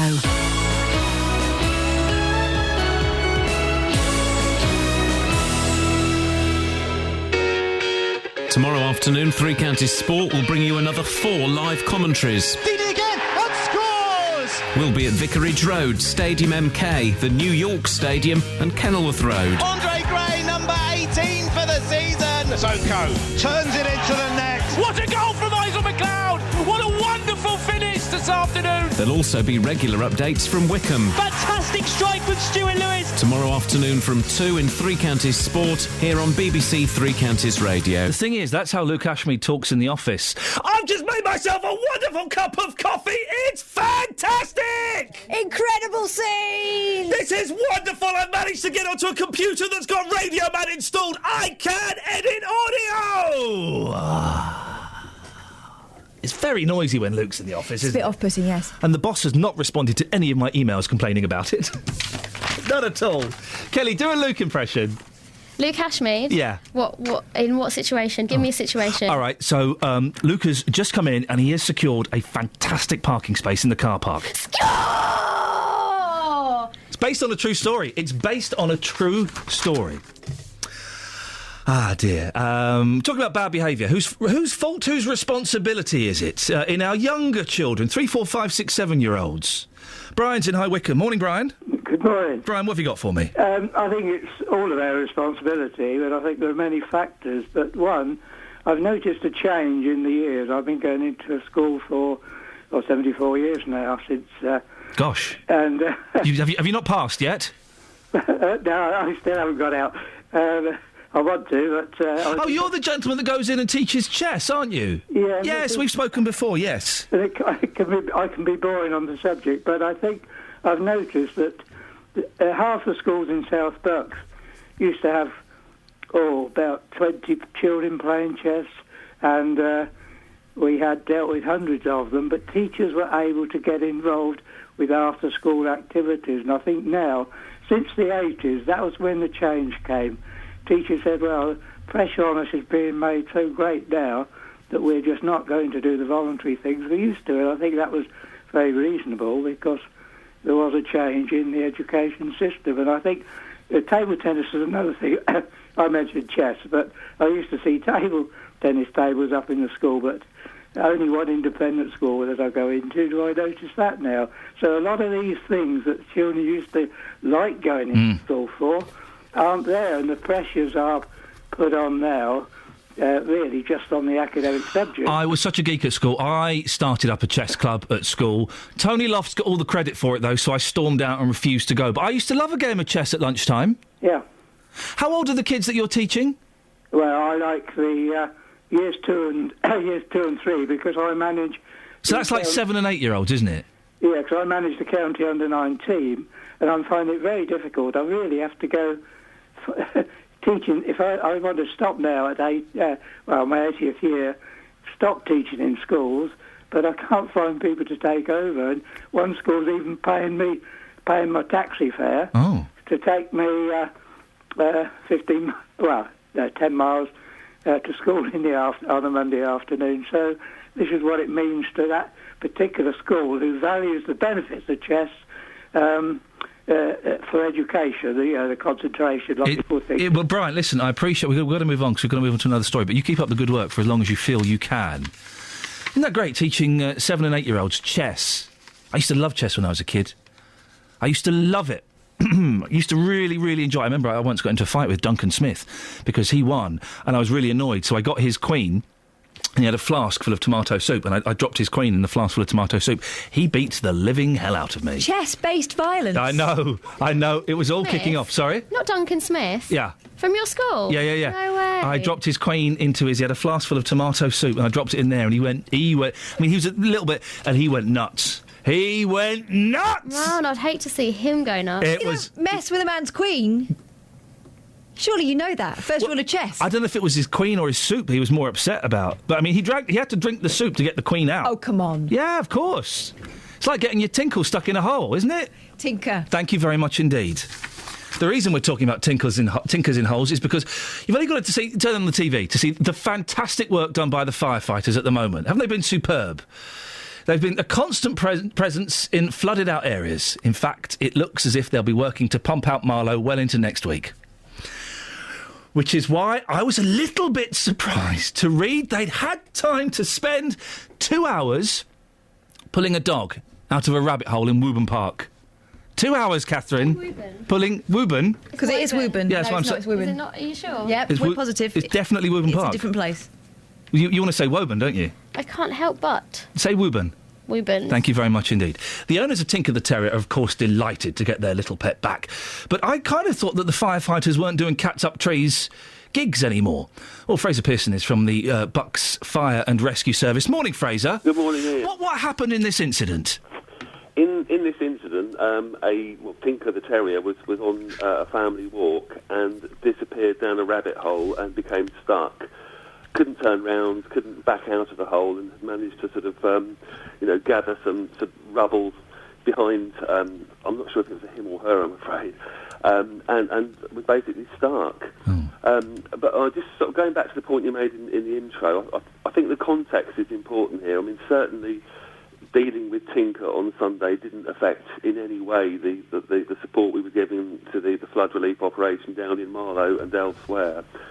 Also, I mean, we get about 15,000 999 calls every year and probably go to between 10 and 20 instances of dogs down holes and the occasional cat up a tree. Cats up trees are very much more the domain of the RSPCA. I thought that in times of cutbacks, as we know that everybody's having to face, including the fire service, that the fire service had said, you know what, we're not going to do these anymore. We're going to deal with what could be considered real emergencies. Yeah, I mean, that's our core business, and we're trying not to do them. But what tends to happen is what motivates us or what sort of pushes us to go out is the possibility of the situation escalating and becoming a person trapped or a person in trouble. I mean, many of the situations we've been to over the years have involved people going into swollen rivers, people going onto frozen lakes and that sort of thing to retrieve a pet. I mean, it's human nature if you have a pet. A pet is part of the family. Oh, of course. And you don't want to just stand by and see it suffer. So very distressing for the pet. Oh, of course. Listen, as a pet owner, if anything happened to my cat, I would be absolutely devastated. But do you not sometimes think, Fraser, oh, for goodness sake, go and get a shovel and dig it out yourself? I think the problem with this one on Sunday was a bit of consternation at first as to whether it was a rabbit hole or a badger set. Obviously, badger sets are protected. You just can't go dig. Right, OK. There was also the possibility of having to dig a fairly substantial hole, which we managed to avoid by sending a special camera down first, so we could actually sort of track the hole. And the possibility... Oh, your snake eye cam? A snake eye camera, yeah. So it's like sort of bendy rod with a camera on the end of it. Wow. And obviously, if it was just left to somebody else to do, and I'm not suggesting for a moment that these dog walkers would have done a bad job, but they could possibly have left some sort of hole for somebody to fall in. So, on balance, we decided, yes, it's best that we just go out and do this. And how did you get it out, Fraser? Did you hook the dog? Did you suck it out with a tube? What did you do? No, they literally did it the old-fashioned way. Having sent the camera down and got a feel for A, where the dog was, and B, what windy route this rabbit hole took, they just got shovels and they dug for about 2 metres.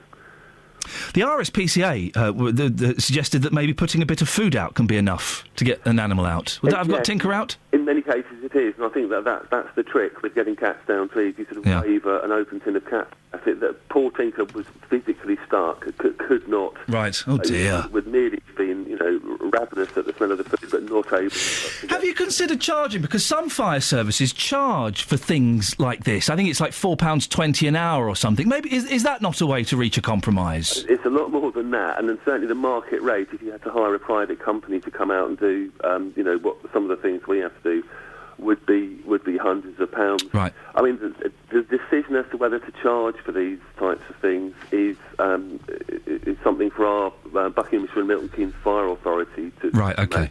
But importantly, I think anything we can do and you can do to encourage dog walkers in particular, just to be on the lookout for hazards and keep the dog away from a swollen river, keep it on the lead rather when you're near a swollen river, a frozen lake.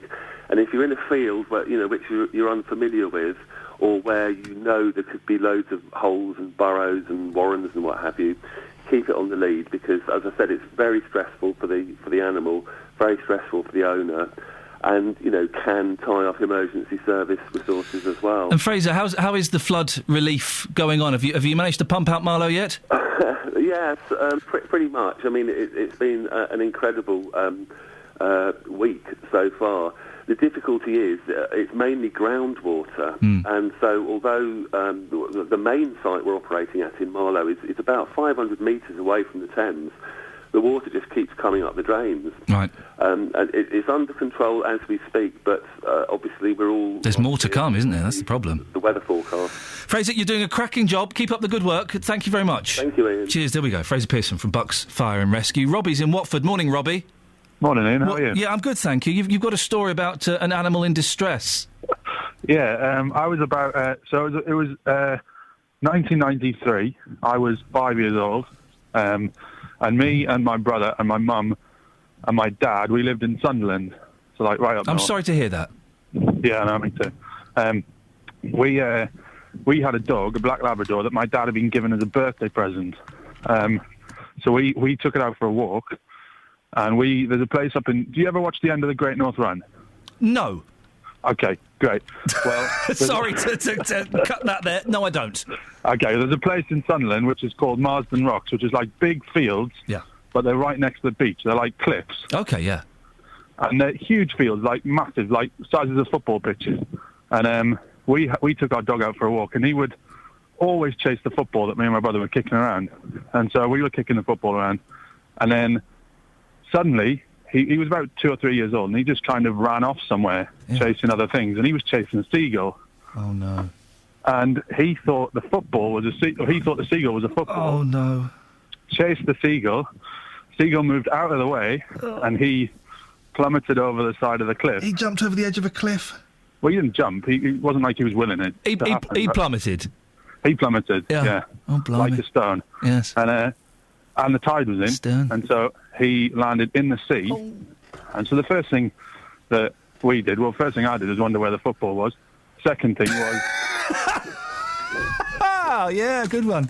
Second thing was, oh no, where's the dog? Yeah. And then basically my mum kind of said, don't look over the edge.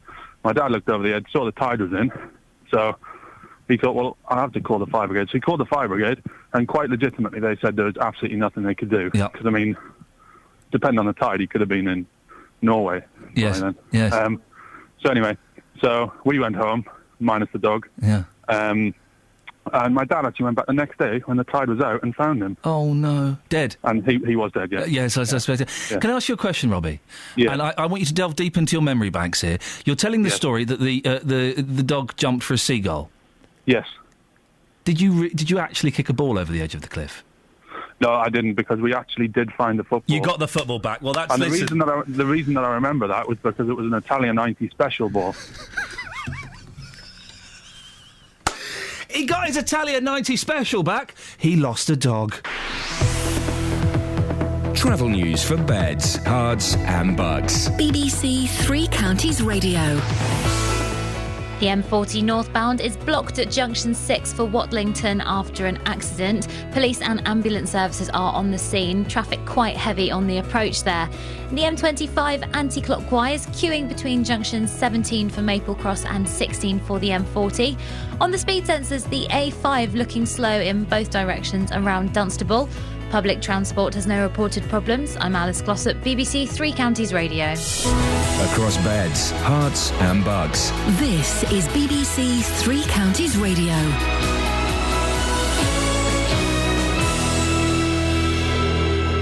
It's 7:30. I'm Simon Oxley. Primary school teachers across the three counties are having to cope with a decline in children's behaviour over the last 5 years, according to new research. Police have arrested a fifth man in connection with the murder of Isaac Stone in Bedford last month. Yesterday, detectives named an 18-year-old they wanted to speak to. He later handed himself in. And a boat was severely damaged by fire on the Grand Union Canal in Bletchley last night. The river cruiser was moored by Stoke Road. Three Counties Sports. BBC Three Counties Radio. Team GB are on course for a first gold medal at the Winter Olympics as Lizzie Yarnold goes into the second day of the women's skeleton with almost a half-second lead over the rest of the field. Bedford Rugby Club resumed championship action away to Ealing this evening, although the game is subject to a midday pitch inspection. There are two changes from last week's defeat to Bristol. Forwards coach Martin Hines wants to build on that performance. That now has got to be the minimum standard. We want that every week from the lads, and I'm sure if we get that commitment, the lads will have a great second half, back into the season, because they'll be enjoying the rugby they're playing, and the support and everything will get behind them. In tomorrow's football, Watford host Middlesbrough in the Championship. In League One, Milton Keynes Dons are at home to Oldham. Stevenage resume their relegation battle with a trip to Rotherham. Despite being bottom of the table, manager Graham Westley says his side are making progress. We are where we are in the league. We can't do anything about that, but it's funny, people look at it and think you're bottom. We were rock bottom when I came back in terms of form. 14 defeats and 17 is rock bottom. We're bottom now, which is a big improvement on where we were. We've taken 20 points in our last 17 games, so Stevenage is on the rise. In League 2, Wickham are at Cheltenham and conference leaders Luton host Hereford with the pitch cover in place ahead of today's latest downpour. And in ice hockey, Milton Keynes Lightning are through to the English Premier League Cup final after a 5-4 overtime win at Manchester last night gave them a 10-9 aggregate victory. They'll play Basingstoke Bison in the final. BBC Three Counties News and Sport. The next full bulletin is at 8. Call 08459 455 555. BBC Three Counties Radio. Morning!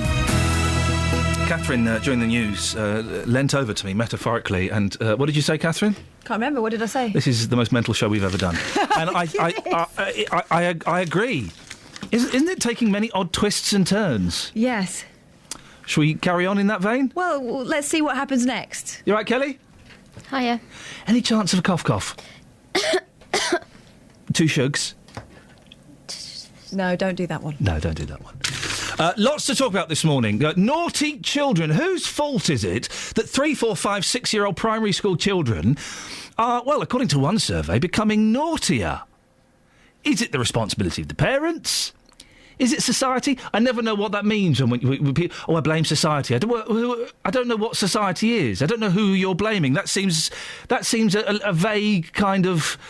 Oh, it's society's fault. It's society's fault. That doesn't mean anything, does it? Does it mean a change in attitude towards young people?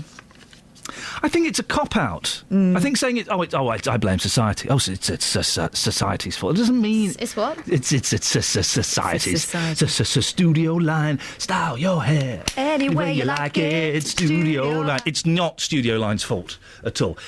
08459 455 555. Primary school children, according to one survey, are becoming naughtier, and it's upsetting the teachers. Whose fault is that? Or do the teachers need to kind of just, man up a bit, be a bit more responsible? 08459 455 555 is the telephone number if you want to give us a call on that. Mandy's in Hendon. Morning, Mandy.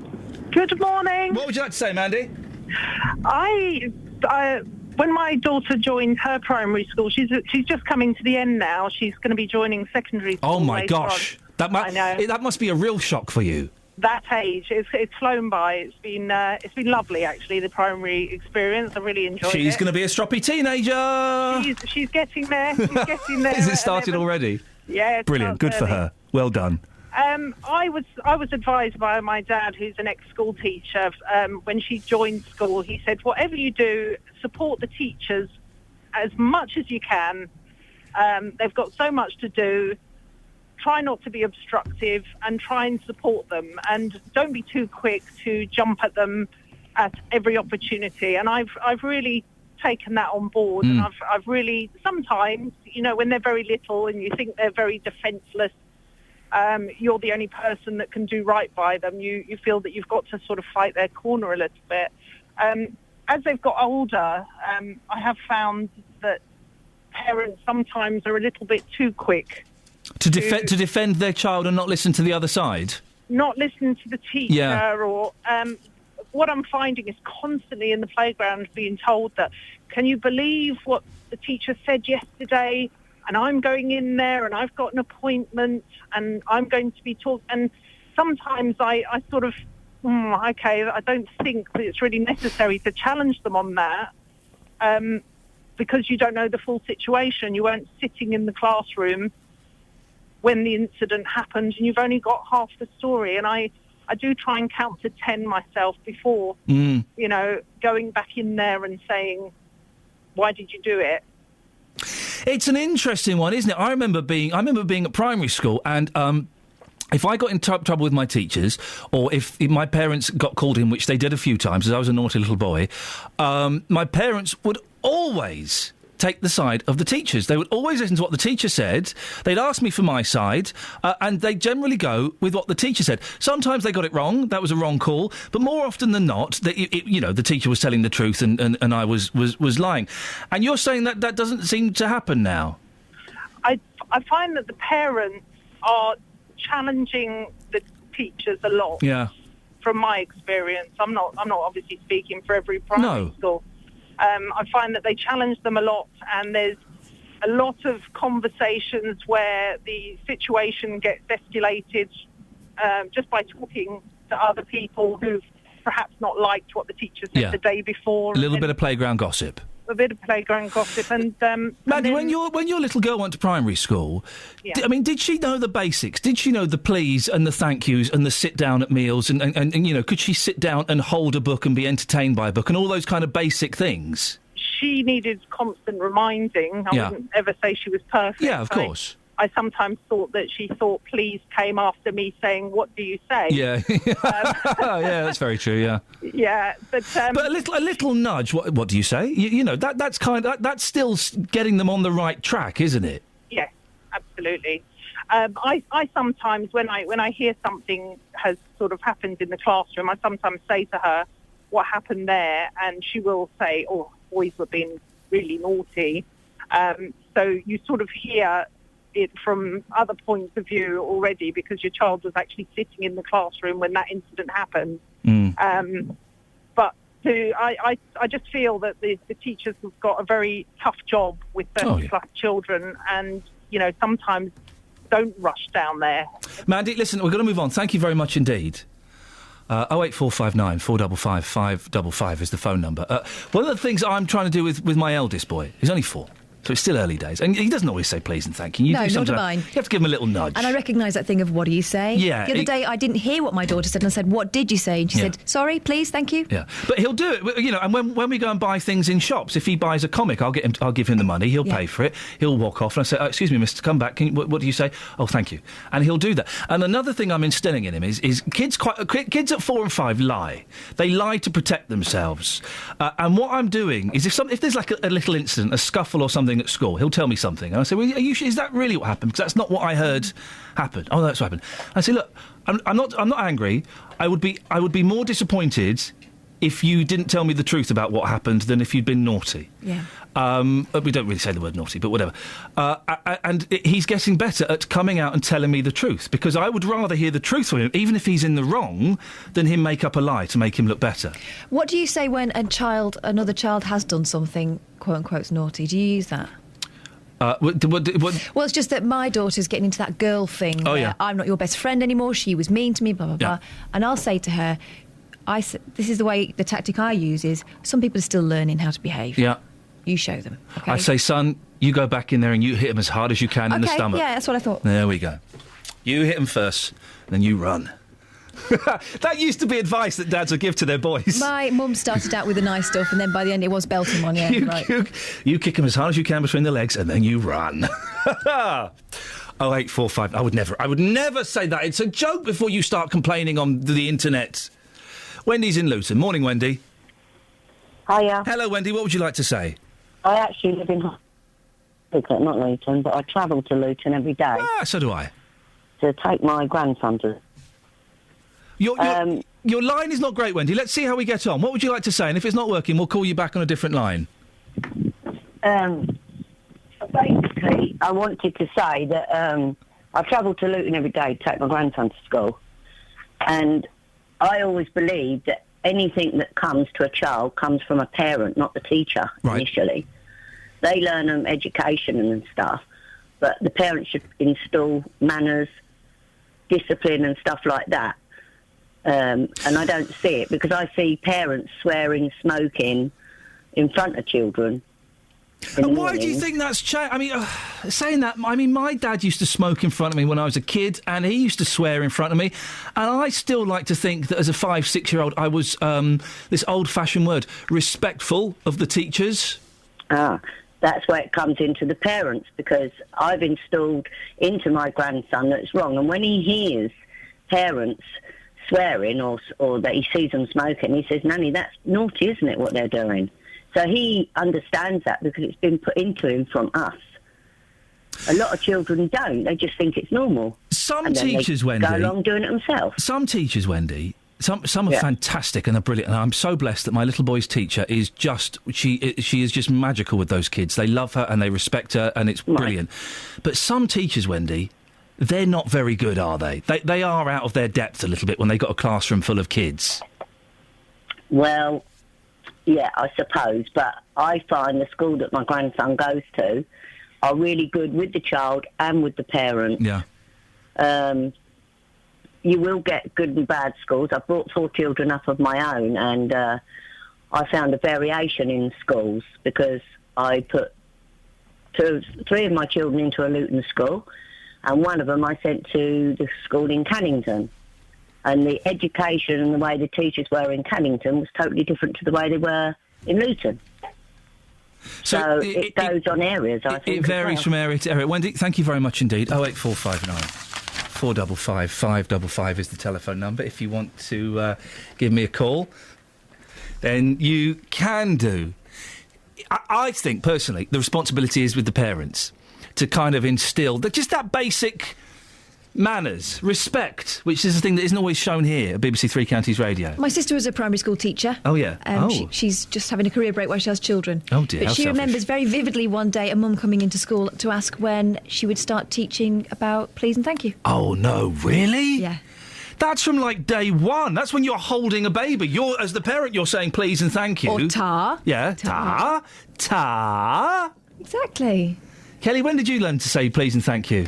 I still haven't. Yeah, Still working on it. I know, isn't that outrageous? 08459 455 555. So, the onus should be on the parents, of course it should be, and if it isn't, then shame on you as parents. But there are some teachers, and we've all, maybe we went to school with them, maybe we've seen our kids being taught by them.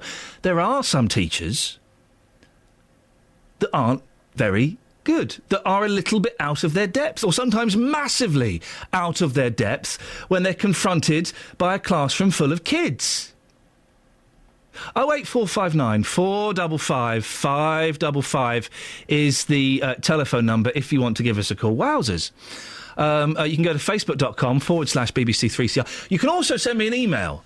Iain.lee@bbc.co.uk. We've been sent an amazing email. I just saw the email that you forwarded to me, Kath, about we were talking yesterday about the talk about it more in a minute. Actually, the gentleman who died, 72-year-old gentleman who died and had no family, and we spoke to an undertaker who goes to funerals for people that don't have any family or anything. More on that story in a few minutes. But we had an amazing email from a lady recounting her tale of what happened to her and her sister. It's too long to read on the radio. I'll try and summarise it. I mean, it's massive. We'll try and summarise it before the end of the show. It's incredible, isn't it? It is. Just an incredible story. Iain.lee@bbc.co.uk. It's 7:45. Let's get the travel. Travel news for beds, cards and bugs. BBC Three Counties Radio. The M40 northbound has cleared junction 6 for Watlington after an accident. On the M25 anti-clockwise, we've got reports of a rolling roadblock between junction 22 for London Coney and 21A for St Albans. In High Wycombe, the A404 southbound building up between the Handy Cross roundabout and Maidenhead. And then on the speed sensors in Clop Hill, the A6 looking slow at the Clop Hill roundabout. Public transport has no reported problems. I'm Alice Glossop, BBC Three Counties Radio. Thank you very much, Alice. Where's my hits? Where's my hits? Where's my hits? Where's my hits? Where's my hits? Where's my hits? Where's my hits? Where's my hits? Where's my hits? Where's my hits? Where's my hits? Where's my hits? Where's my hits? Where's my hits? Where's my hits? Where's my hits? Where's my hits? Where's my hits? There's my hits. There's my hits. Morning, it's 7:46. It's Friday the 14th of February. I'm Iain Lee. These are your headlines on BBC Three Counties Radio. Primary school teachers across the three counties are having to cope with a decline in children's behaviour over the last 5 years. That's according to new research. The former boss of Marks and Spencer, Sir Stuart Rose, is going to become an advisor for the NHS, concentrating on 14 trusts in special measures, including Buckinghamshire Healthcare NHS Trust. And in sport, Bedford Rugby Club's match at Ealing tonight is subject to a midday pitch inspection. 08459 455 555 is the phone number. Let's get the latest weather. Here's Georgina Burnett. Beds, Herts and Bucks weather. BBC Three Counties Radio. Good morning. The Met Office have a yellow warning in place for rain until 6 o'clock tomorrow morning, and a one for wind is in place for areas surrounding, because we have got some strong winds coming, particularly tonight. But for today, this rain spreading north-eastwards is the main picture for today, and that's going to bring maybe 15 to 25 millimetres of rainfall. Behind it, some fairly heavy showers, which could fall as hail on higher ground, and strong winds, south to southwesterly winds, with temperatures reaching 10 or 11 degrees Celsius. Now, tonight, those showers continue, but the winds increase, peaking in the early hours of the morning, so we could have maybe up to 50 miles per hour in some parts. Temperatures down to 6 or 7 degrees Celsius. Tomorrow, the strong winds continue. We've also got some blustery showers around, but everything starts to ease a little later in the day, and we should have some bright spells at various times throughout the day, with temperatures reaching 9 or 10 degrees Celsius. On Sunday, quite a quiet, settled day, really. It starts off with patchy frost, but it should be brighter, drier, with the winds easing. But on Monday, we have another wet and very windy day to come. Tuesday, mist and fog around, but quite quiet again. But Wednesday, another showery day. Thank you very much, Georgina. Every weekday morning from 9, The JVS Show. Well, whose fault is it that there are so many fat people in this country? It's a horrible word. Jonathan Vernon Smith. But why do you want to kind of tiptoe around the issue? People are people. People aren't fat just because they're big. Tackling your consumer problems. Over the last few months, I've been palmed off every few days. There are some absolute rogues out there in the car industry. Tim, I'm going to send Wayne in to you. Let's get some detail and we'll get this sorted out. The JVS Show, weekdays from 9, BBC Three Counties Radio. Across beds, Herts and Bucks. This is Iain Lee. BBC Three Counties Radio. Look familiar? Did that look familiar? Yeah. We're talking about the fire brigade. They rescued a trapped terrier in a tunnel. Should the fire service be rescuing animals? Chris is on the M1. Morning, Chris. Yes, good morning. What's your story? Well, my friend's horse, Whiskey, was pulled out of the other day. It was pulled out of a what, sorry?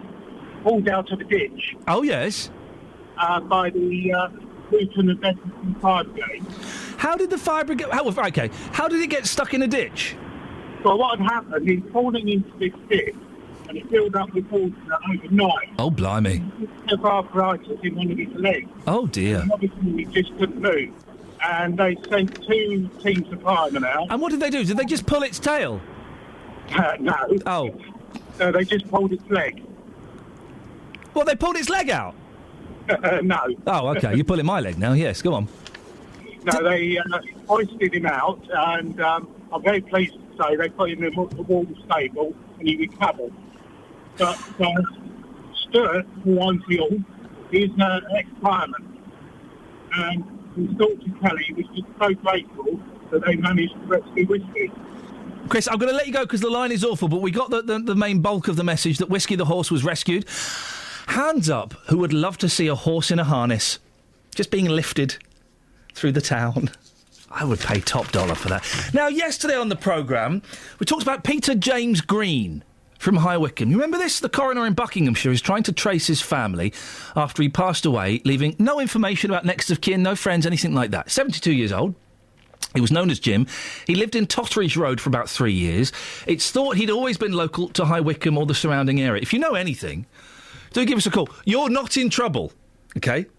Coroner's office said there are no suspicious circumstances, but as hypothermia was a factor in his death, there will need to be an inquest, and his relatives should have the chance to attend. Well, we spoke to John Good. We were all amazed by John Good. John Good is now the hero of the office at BBC Three Counties Radio. He's a funeral director in Bedfordshire, and he's held funerals for people who have no relatives. Really touching. He explained why it was important that enough effort was made to find family members. I hate being the only mourner at a funeral. My guys would just carry the coffin into the crem or the cemetery or whatever. And I stand there and do a couple of minutes silence, and I just think about that person's life. He'd been on this planet for, say, 70 years, and there's no one to say farewell to him. John Good, one of the decent people on this earth. They do walk this earth. Well, anyway, this was on the show yesterday, and while I was banging on about it, listening on his car radio was an employee of the company Finders, which has just started filming for the BBC programme Air Hunters. I'm joined now by the managing director of Finders, Daniel Curran. Morning, Daniel. Good morning, Iain. So it was you that was listening on your car radio, were you? Yeah, it was even more unusual than that. I was in a taxi. Wowzers, wow. And the taxi driver was listening to it, so I heard it by chance. Well, listen, I've got to say, when we mentioned Air Hunters in the office yesterday, a programme I've not seen, if I'm completely honest, but everybody else went, oh, I love Air Hunters. Oh, I love Air Hunters. You seem to have caught everybody's imagination. These kind of stories, Peter James Green, how common are they? Well, surprisingly, there's quite a lot of cases. For example, I think a city like Birmingham do about 300 what they call public health funerals every year. Wow. So that's 300 people. And what we do is we work with the councils, and there's no charge to them for our work. So we're constantly saying to councils and coroners that we'll do this work for you free of charge. And when we find, if someone does leave an estate, then we will ask for a commission from the heirs that we find. But other than that, if it's low value, then we'll just do it for nothing. And it's, hopefully leads to a nice conclusion for the family. They can get back in touch. How difficult... how do you do it? Do you go through kind of all their possessions at home to see if there's a phone number scribbled down? Do you do it online? What's the process? Well, there's no simple way of saying there's no one process. Often it can be someone that contacts us, a lawyer or, say, as a council, and they will often have gone through the deceased possessions. But then we start to build up a family tree using public records and public data, and then we find out the names of the actual people we're looking for. And from then on, we go to the various databases that we use to try and find living people. Have you ever been completely stumped, Daniel, where you've worked and you've looked and you've dug around as much as you can and you just can't find anything out? Yes, but what happens then is that it becomes a part of the legal process. You can then take out an insurance which covers the other heirs against this person suddenly appearing. So from the legal point of view, everyone can receive their money safely, and no one's ever going to ask them for that money back again. And have you ever had to make that phone call we see in films where you phone up, say, is this Mrs. Johnson? Yes, it is. Well, I'm sorry to tell you, but your great-great-uncle Stan has died, but he's left you £2 million. Do you ever have anything like that? Well, the £2 million part aside, we do make those dozens of those phone calls every day. Wow. And do people believe you? Because it could sound like a bit of a scam, couldn't it? Well, prior to the BBC show, the plus side of Air Hunters on BBC is that more people know about this now. So a few years ago, it'd be more trying to convince people that we are genuine, and now it's more about more questions around the TV show and how we go about our work and that sort of thing. So there is an element of suspicion, but it's often there's enough information there to convince people that it's not some elaborate scam. Mm. And does working with the Air Hunters TV show, is that a help or a hindrance, would you say? Well, so far it's not too much of a hindrance because it becomes quite routine for the cameras to come in to record a few stories with them. It does take some input and some time, and it's all unpaid as well. So really? So we just but it's a mixture because the actual we have to take time out of our day to supply them with stories. But then on the plus side, of course, there's the publicity. You get to look into the people's lives that would otherwise be forgotten. I would imagine there are some quite sad stories you dig out. Yeah, I mean, there's some very, very sad ones, actually. We've done one on the next series of Air Hunters where a lady, shortly before her death, her son and her grandson both died, a matter of months before her death. Oh, dear. So then into tracing more extended family. But stories like that, unfortunately, happen all the time. Daniel, can I ask, how did you get into a job like this? Were you a police officer or something? What's your background? No, actually, I knew someone that worked in the industry in 1990, and so I just went for a job there, and then formed my own company in 97, and then it's just gone from there, really. Well, Daniel, listen, I don't want to put you on the spot, but would it be okay if I gave you the coroner's details and you had a word with them? You don't have to say yes if you don't want to. I don't know how this works, but I know we're all interested to find out what happened to Peter James Green. Well, absolutely. We'll speak to the coroner and we'll help him out, and we'll find this man's relatives if there are any. Ironically, the man I saw yesterday in Bedford was called Mr. Green. Oh. And he asked me if I could find him a relative, so it might be sooner than expected. Wowzers. Daniel, listen, you're very, very kind. Thank you so much for getting in touch with the show. Let's give the company a plug. It's Finders. And when do we know when the next series of Air Hunters starts, when we can see you on TV? Well, we're pretty sure it's before the end of March, so it's imminent, but they don't give us much notice. OK, well, listen, we'll stay on the line. I'll give you to Catherine, and we'll put you in touch with the coroners, and hopefully we'll speak to you in a few weeks, maybe, with some good news. Yeah, lovely. Be pleased to, yeah. Daniel, thank you very much. What a nice chap. Isn't it funny? This story has really unearthed just some of the nicest people. We had the wonderful John Good, the funeral director, on yesterday, who were all in the office yesterday going, what else can we do with this guy? We want to get him on the radio, but we don't quite know what to do with him. And then Daniel Curran, the managing director of Finders. It's going to be on BBC Air Hunters. Listening in a taxi. Thank you, cab driver. Got in touch yesterday and says, yeah, I can... we'll have a look at this. Oh, isn't this fantastic? We may be onto something here. 08459 455 555 is the telephone number. If you do know anything about Peter James Green from High Wycombe, or Jim, 72, lived in Totteridge Road for 3 years, do give us a call. And we'll put you in touch there with Daniel and see what we can come up with. Also this morning we're talking about naughty children, 3, 4, 5, 6-year-olds. Whose responsibility is it? Does it need to start at home? Or do we need better, stronger-willed teachers to instil kind of discipline and respect in them? Where does it begin? 08459 455 555. And what the heck? Let's do your stories about animals being rescued. I know, don't tell Roberto. He does the animal stories. Shh. This is our little secret, OK? RP needs know nothing about this. Travel news for beds, cards and bugs. BBC Three Counties Radio. The M25 anti-clockwise, queuing between junction 17 for Maple Cross and 16 for the M40. In Bricketwood, the North Orbital very heavy at the M25 junction 21A roundabout. In Watford, the A41 is slow southbound between the North Orbital and the M1 junction 5. On the speed sensors in Bedford, Bromham Road looking slow heading towards the centre of town. Public transport has no reported problems. I'm Alice Glossop, BBC Three Counties Radio. Alice, thank you very much. So, 08459 455 555. Primary school-aged children are getting naughtier and naughtier. Whose fault is it? We've got to blame it on the parents, haven't we? They should be shaping their kids into model citizens. Speaking of model citizens, here's Simon. Local and vocal across beds, hearts and bucks. This is BBC Three Counties Radio.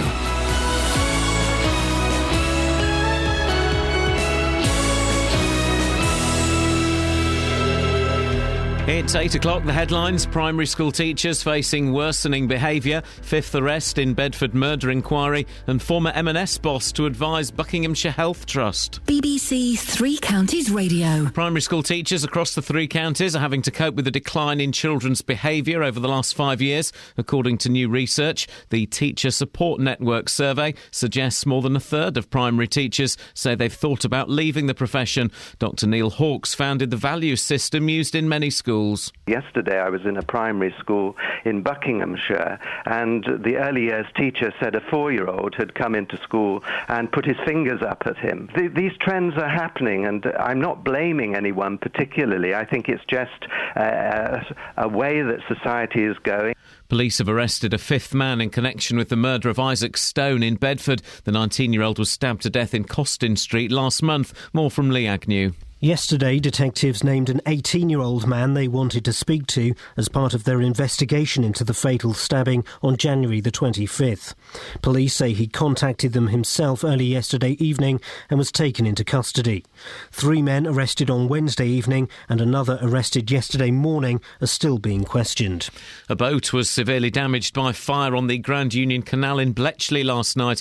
The river cruiser was moored by Stoke Road. Firefighters and the Water Rescue Unit were called just before 8:15. The fire service say everyone was accounted for. There are warnings of torrential rain this morning in areas already affected by the worst floods in living memory. A storm which has begun lashing the West Country will cover much of southern England in the coming hours. Firefighters in Hertfordshire rescued an elderly and disabled man from a car stuck in floodwater at St Paul's Walden near Hitchin yesterday afternoon. The former boss of Marks & Spencer, Sir Stuart Rose, is going to become an advisor for the NHS, concentrating on 14 trusts in special measures, including Buckinghamshire Healthcare NHS Trust. More from Adam Brimelow. Sir Stuart Rose acknowledges this is a big departure from retail, but he says good leadership, motivation and helping people to do things differently are crucial to the success of any organisation. He'll also report on how to bring in the best leadership talent. He offers unpaid expertise from the world of commerce, but officials stress the role of private firms in the NHS will be outside his remit. The health union Unison says the NHS is fundamentally different to the retail sector. It's accused the government of courting celebrity. An injured man had to be cut free by firefighters after a 2-vehicle collision in Milton Keynes last night. It happened at 8:45 on the V2 at Tattenhoe. In sport, Team GB are on course for a first gold at the Winter Olympics as Lizzie Yarnold goes into the second day of the women's skeleton with almost a half-second lead over the rest of the field. And Bedford Rugby Club's match at Ealing tonight is subject to a midday pitch inspection.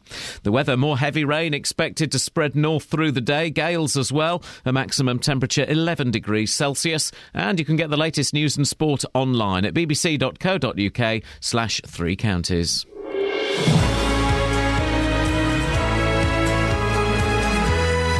Thank you, Simon. Morning, this is Iain Lee, BBC Three Counties Radio. If you've just tuned in, you missed Catherine and myself wetting ourselves on air earlier on. Literally. I've just posted it on the Facebook page. It's on Twitter at BBC3CR. It's also on the Facebook page, facebook.com/BBC3CR. Lots to talk about in the last hour of the show before JVS 9, including primary school children are becoming naughtier and naughtier. Whose fault is it? Do we need better teachers or do we need better parents? Fire brigade came out and rescued a dog stuck in a rabbit hole the other day. Should the fire brigade be rescuing animals, or is it a waste of resources? Oh, and it's the last day of the week. It's February the 14th. Who cares? Just give us a call about anything you want, to be honest. We'll have a natter. Let's have a natter, innit? Facebook.com/BBC3CR. You can send me a text, 81333. Start your text 3CR. I'd rather you gave me a phone call, though, if I was completely honest. 08 459 455 555. Across beds, hearts and bucks. This is BBC Three Counties Radio. Now, new research suggests teachers have been dealing with an increase in badly behaved primary school pupils in the last 5 years. The figures for secondary schools, well, they're not that much better either. The Teacher Support Network says the situation means staff are more likely to suffer stress and depression, and that could affect their ability to teach. Well, primary school teacher Neil Sankey is the secretary of the National Union of Teachers for Luton. Neil, how long have you been teaching primary school kids? 23 years. So OK. Have you noticed things getting worse in terms of primary school behaviour? Generally, no. But what has been significant over the last 5 years is that lots of special needs schools have been closed down, or there's been severe limits on places. So you've tended to get a lot more children with specific and general learning difficulties coming into primary schools, and with them often comes quite severe behaviour problems. What kind of learning difficulties are we talking about? We're talking about children on the autistic spectrum, yep. Children with ADHD, and even some dyslexic children can have behavioural difficulties. And how does that affect the rest of the class and how the teacher operates? Well, if you've got one or two children, or even three in some classes, they can be highly disruptive. I mean, often you will get a learning support assistant with such children, but not always. And there is this emphasis now on when teachers are being observed by members of the senior leadership team and Ofsted. There is this focus on behaviour, and the Ofsted criteria actually says if any child needs reminding about the behaviour, that lesson cannot be classed as good. So you have got this real negative reinforcement about behaviour, and you've also got the issue of safeguarding, which is very important in schools. And children are safeguarded really well, but teaching staff are not. There needs to be a greater awareness that teachers also need safeguarding, especially when they're dealing with children who have challenging behaviours. Learning difficulties and challenging behaviours to one side. Let's talk about the other children, in inverted commas, a word I hate to use, but I can't think of a better one, the normal children. What's their behaviour like when they start school at 4 or 5? Do they have the basics, like please and thank you, like sitting and listening, like, not swearing? No, well, it depends on the area the children come from, very much. I mean, I heard a governor speaking on the programme earlier from Farley and Hillsborough, and she was saying that children there come in with problems that come from home, and it is very dependent on culture. For instance, if you've got children from Asian backgrounds, from Muslim, Hindu, Sikh backgrounds, they tend to come in to school with a very good framework of behaviour expectations, and there's a lot of respectful. Why is that, do you think, Neil? What are those families doing that's different? Well, I think they come from a culture where teachers are respected, and I think over the last, and it's not just 5 years, but it's over the last 15 years, but certainly under this present government, teachers are not respected at all. The Minister for Education, Michael Gove, constantly sees teachers as his enemy. And that's not a way forward for education. And but 5-year-olds aren't going to pick up on what Michael Gove's saying, are they? No, but what I'm saying there is that there is a culture within England in particular, but in Britain generally, where teachers are not respected, and teachers are being judged all the time on negative criteria. and they're actually, when you have got an increasing amount of children with learning difficulties and behaviour problems coming into schools, then there needs to be, more support, more respect, and more resources. There are, of course, a great number of excellent teachers, and I'm blessed that my little boy's primary school teacher is just a godsend. She's absolutely magical with them. But there are, Neil, I'm sure you'd agree, some teachers that, they're just not very good with kids, are they? Well, that's true, but the vast majority of teachers are extremely professional, very good, and very good with children, and that's why they come in to the profession. You find in the first 5 years of teaching, about 40% of young teachers leave, and they tend to be the ones who are not, up to scratch. Not up to scratch, and it's a very, teaching is a very difficult job. It's much more difficult than what people realise. You're not just teaching, you're counselling, you're listening, and you are also being a model for good behaviour. And schools do have well-structured behaviour policies, and the vast majority of schools and the vast majority of children are very well behaved. Neil, if a member of your union came to you because they were stressed or depressed, what would the advice be? I have had this quite recently with a couple of primary colleagues coming to me stressed and depressed because of behaviour in their classroom and a lack of support from parents, from the management in the school. Well, what I say to them is contact the Teacher Support Network, because they have trained counsellors who you can speak to. Well, there are specific counsellors within that network for teachers, are there, to help talk them through the issues? Yeah. Well, anyone who works in the education profession can get in touch with the Teacher Support Network. Neil, thank you very much. Neil Sankey there, Secretary of the National Union of Teachers for Luton. Your thoughts on this one, please? All fingers seem to point to the parents.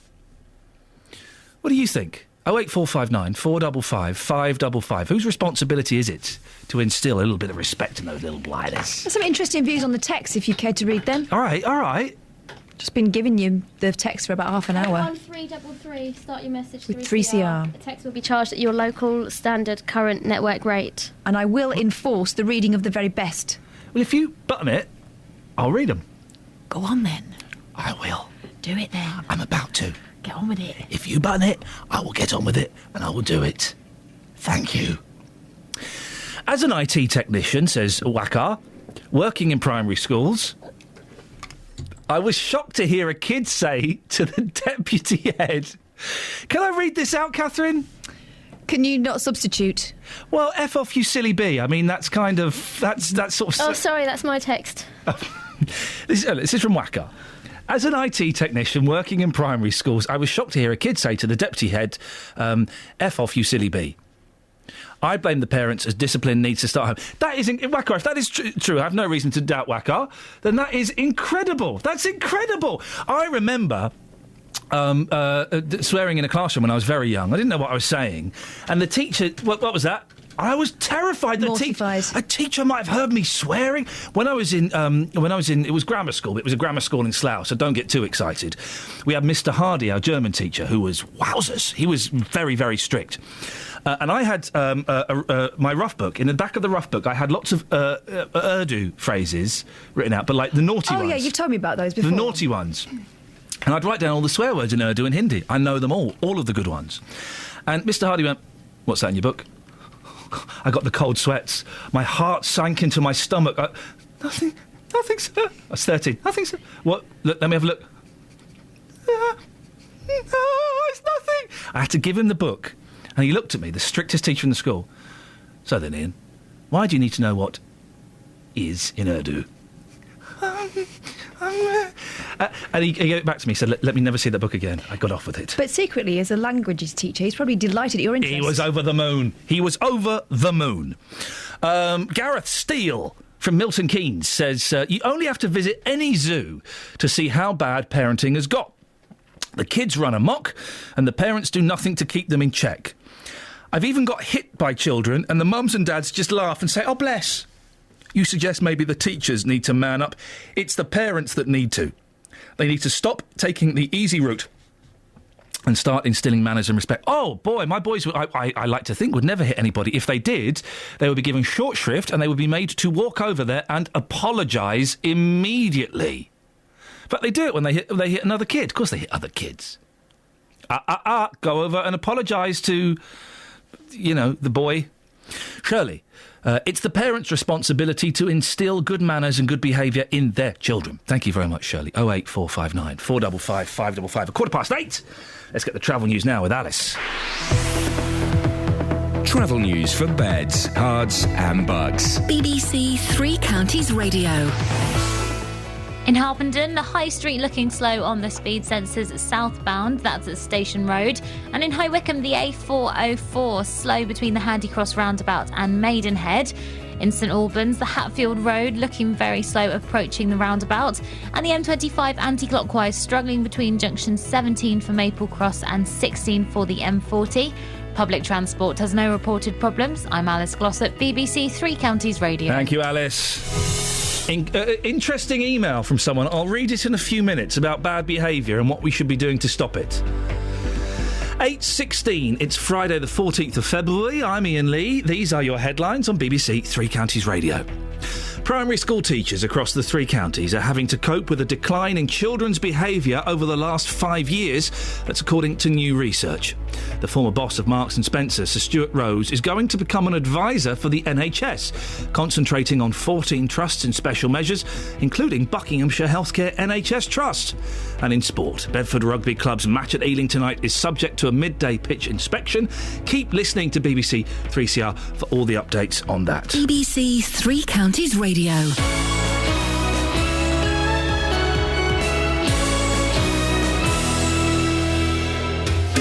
Every Saturday from midday, it's all about the food. It's like a disc on your tongue there. It's fantastic. Local chefs showcasing simple, straightforward dishes you can try at home. Well, it's a dish which has been around since the 18th century. I can imagine it hot with ice cream and almost put in an ice cream. That'd be nice. This is a thick, heavy, lovely, cloying comfort food of a dessert. All mixed in with amazing stories and great music. I'll tell you what, that takes me back to my childhood, that pudding. That just transported me back to being a kid. Nick Coffer's Weekend Kitchen, Saturdays from 12 on BBC Three Counties Radio. Yeah! Boobity-bop-bow! That's Nick Coffer, who, as we all know, is the real boss of this place. Yes. He's the real boss of this place. I had a nice chat with Nick Coffer the other day. Did you? Yes, I did. I had a lovely chat. Right. Spoke about you. Did you? No, we didn't. I was just trying to get some kind of intrigue going there. Oh, I see. But no. Didn't. You didn't come up in the conversation once. Oh, nice. Didn't come up once. Hey, do you think Roberto's going to be angry with me? Why? What have you done? An animal story. You did an animal... Roberto does the animal stories. I know. We were talking about a tinkle stuck in a hole. Oh, yes. And it was rescued by firefighters. And we were kind of going on the firefighter angle, but it's sort of verged over into the animal angle. I called the fire brigade once when my cat escaped. Now, bear with me, because this sounds terrible, but it was... Genuinely. I'm shaking my head, dear listener. I'm giving him a disapproving look. I know, but you must wait till I tell you the story, and then you'll perhaps get a slight inkling. So, it was 11 o'clock at night, and I was staying at my father's house. And I took the cat with me, obviously. He likes to go for these little nights out. And my father left the bathroom window open. Well, my cat's a house cat. He's not used to being outside. So, he gets out the bathroom window. Yeah. And I realised the cat had gone. So it's late at night. I got a bit panicky, so I got a torch and I went outside and I'm calling his name and he was gone. All of a sudden, I looked up at the roof of the house and at the very top of the roof, on the chimney pot, there's like a little chimney and then there's four little round things. I've seen a chimney, yeah. There is my cat Pip clinging to the side of the chimney pot at the very top of the roof. Yeah. So, and he was right up at the top. So I thought, how on earth am I going to get all the way up there to get him? So I thought, well...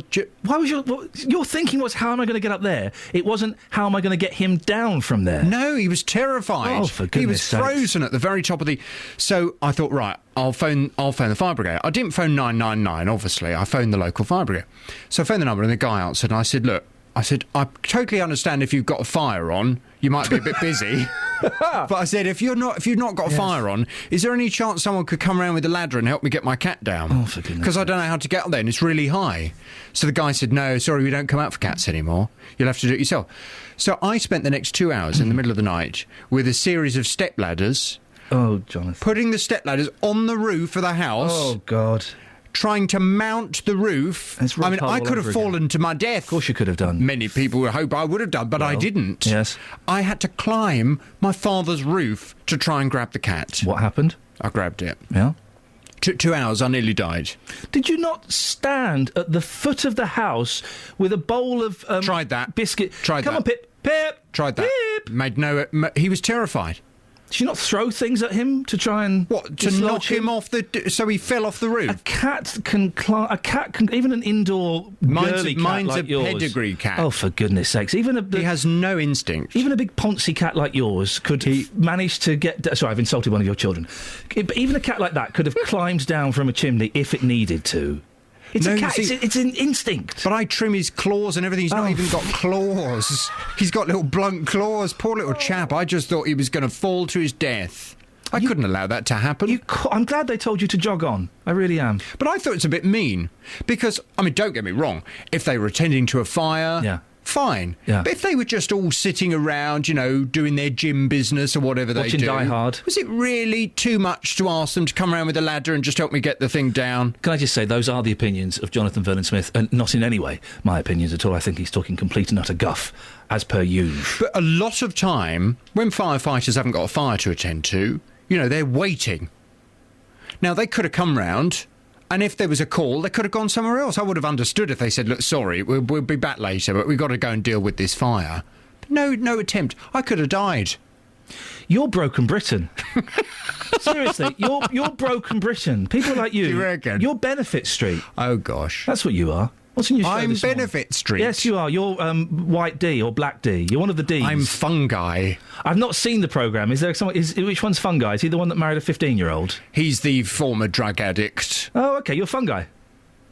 Coming up on this morning's Big Phone-In at 9, is it fair that people who make allegations of sex crimes remain anonymous? Former BBC Three Counties radio presenter Dave Lee Travis has been cleared of 12 counts of indecent assault. The courts could not decide on 2 alleged assaults, which may or may not go to a retrial. Speaking outside court, the DJ known as DLT told the BBC that he'd had a year of hell, losing his home and his reputation. Meanwhile, those whose accusations remain unproven in court will wake up today without having undergone the public exposure that Mr. Travis has suffered. Well, this morning from 9, I want to hear your views on this.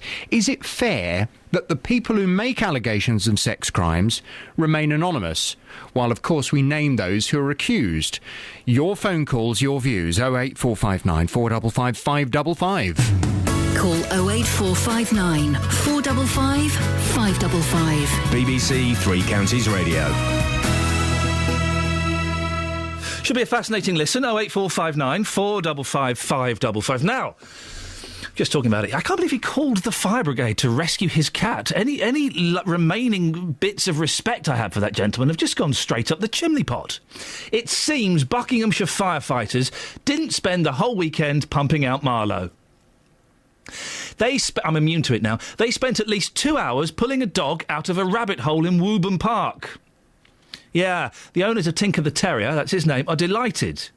I'm a little bit surprised, though. I thought that the fire brigade, as we heard there, had stopped going to rescue animals like this. Jamie Newell is the secretary of the Bedfordshire Fire Brigades Union. Morning, Jamie. I thought that fire brigades had stopped rescuing animals. Have I got that wrong? Well, good morning, Ian. Well, in a word, yes. The Fire and Rescue Services Act 2004 has a section in it where it enables a fire authority to enable any action it deems necessary to basically prevent harming life to people, plants or animals. So as it stands, that regulation still stands. Plants? Yeah, so with regards to environmental protection. Oh, OK. Right. The West Midlands Fire Service charges, I think it's about £400 an hour for rescuing animals. Should we be seeing more of that? I think when you're talking about charging people for attended incidents, you need to start looking at what is the bigger picture.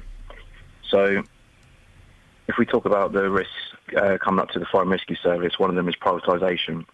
Now, I don't know if you've ever heard of the boiling frog theory. I've not heard of the boiling frog theory, no. Well, if you drop a frog into a pan of boiling water, it will jump out. Yeah. But if you drop it into a pan of cold water and switch on the heat, gradually it will cook alive without realising what's happening. Right. And that's what's kind of happening with the fire and rescue service, because different parts of the service are being privatised gradually. So training departments, the appliances themselves, backroom services. And another step to that would be to encourage the charging of us attended incidents.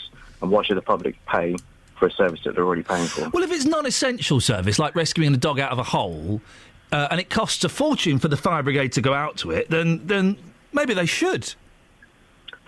Well, why is it more important to rescue, say, someone than it is to rescue an animal? Do you really need me to answer that question, Jamie? Well, an animal's, a pet is something to that person, isn't it? Yeah, I know, but a pet isn't as important as a baby in a house that's on fire. Well, if a whole-time fire station attends an incident such as an animal rescue, they're there and they're being paid anyway. Now, with regards to your comments that we're just sat at a station waiting for something to happen, generally we're out training the community in home fire safety or going around businesses and making sure that they've got fire. Yeah, they weren't my comments. They were Jonathan Vernon Smith, and I did distance myself from those comments. Okay. Well, fair enough, but the point still stands is that, we're not just sitting around waiting, we are going around. But Jamie, you're not seriously comparing a terrier called Tinker stuck in a rabbit hole with a baby in a burning house? Well, there should be cover to provide response to both incidents. Now, as cutbacks happen over the next couple of years, then the chance of that happening is going to be, less. There's going to be less appliances to go around. What effect do you think charging might have? Well, personal experience, I know that I've been to a lift rescue one time, and it was at an old people's home, and the lady that inside the lift probably being about 80, 85 years old. Now, it just so happened that I asked one of the staff how long the woman had been in there for, and they told me she'd been in there for 4 hours. And I got sick to the pit of my stomach, and I was disgusted. Anyway, once we rescued the lady and we sat down to talk to the staff for why it took them so long to call us, it was because the last time a service had responded to them, they said, if we come up there, we're going to charge her. So the consequence was that this group of people waited for, I think it was over 4 hours for a lift engineer to come out on a Sunday morning before they decided to call us. So hang on, but the fire service had said they were going to charge them? Yeah, because the Fire and Rescue Services Act does have a section in it where it says a fire authority may be entitled to charge or may not charge when they attend something called a special incident or special service. So in this instance, this premises had previously called the fire service out to do a lift rescue, and whoever the officer in charge was didn't deem it an emergency, and so they said, if we come out again, we'll charge you. And the knock-on effect was now that this someone's grandmother, was sat in a lift for over 4 hours waiting for a lift engineer to come out on a Sunday morning because the people of the premises were too scared to call us out in case we charged them. Well, there needs to be consistency, doesn't there? If you're going to... fires and babies and things like that, that's free. Old people in lifts, that's free. Terriers stuck down rabbit holes, £400 an hour. That kind of makes sense, doesn't it? You'd have to agree with that. Not really, no, because where do you start drawing the line? Because with animals stuck down holes? No, but if you start doing it for one, people will just expect it to happen. And then the more it happens, the more acceptance there is in society for it. No, not at all. If you draw the line at rescuing animals, cats stuck up trees, hamsters under floorboards, dogs stuck in rabbit holes, those are chargeable. If people are involved, that's a freebie. There's your line. Agree. Well, I wouldn't agree because, like I said, that pet, that family pet, it means everything. Oh, yeah, I know. But listen, if my cat got stuck up a tree, I'd be worried about it. I wouldn't bother the fire brigade about it, though.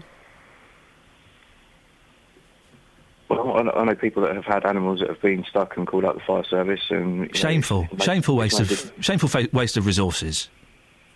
Well, I would disagree with that. Like I said, we do provide a service to the public, and that's what we're there for. Jamie, thank you very much indeed. Jamie Newell, Secretary of the Bedfordshire Fire Brigades Union. Look, I've had a text here. Oh, God. Oh, dear, you and your big mouth. Right, so I was talking about...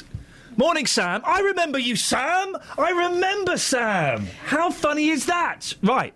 OK, so we're talking about chess clubs at school, OK? And I remember that I used to play chess with Duncan Smith. He used to live in the Royal British Legion. And one day, he beat me. I got angry. I picked up his queen, and I dropped it in his flask of tomato soup. Now, Duncan had a fiery temper anyway. He was bonkers, to be honest. He was a lovely player. He was bonkers. And he went nuts! He went nuts! he laid into me. He laid into me. Well, Duncan's sister, Sam, who I remember very, very well, his younger sister has been in touch. Hi, Ian, this is Duncan's sister, Sam. I understand you just told a story about Dunks and a chess game, but I missed it. Oh, blimey, probably a good idea you missed it. Will it be available to download later? Oh, blimey, no! He's not been very well recently, and this may cheer him up a little bit, Sam. I don't think so. No, I think it's going to make him worse. Although the memory of beating 7 Shades Out of You might bring a smile to his lips.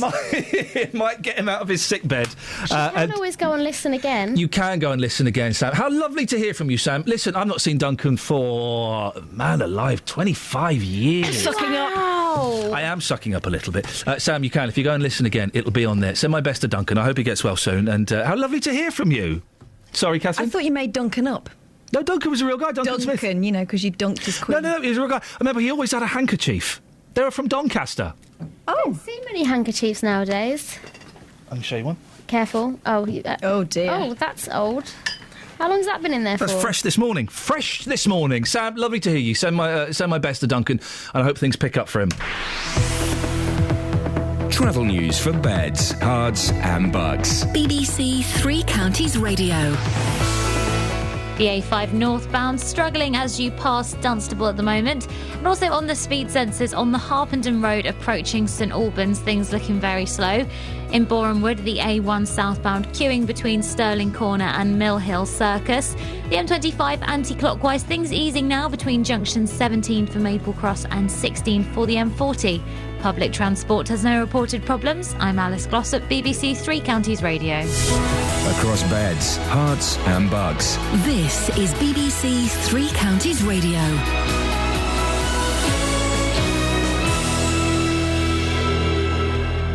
With the headlines, I'm Simon Oxley. A fifth man has been arrested over the murder of Isaac Stone, who was stabbed in Bedford last month. The 18-year-old who comes from Bedford handed himself into the police yesterday evening after detectives named a man they wanted to speak to. The former boss of Marks & Spencer, Sir Stuart Rose, is going to become an advisor for the NHS, concentrating on 14 trusts in special measures, including Buckinghamshire Healthcare NHS Trust. Unions have accused the government of courting celebrity. And primary school teachers across the three counties are having to cope with a decline in children's behaviour over the last 5 years, according to new research. Three Counties Sports. BBC Three Counties Radio. Team GB are on course for a first gold medal today at the Winter Olympics as Lizzie Yarnold goes into the second day of the women's skeleton with almost a half-second lead over the rest of the field.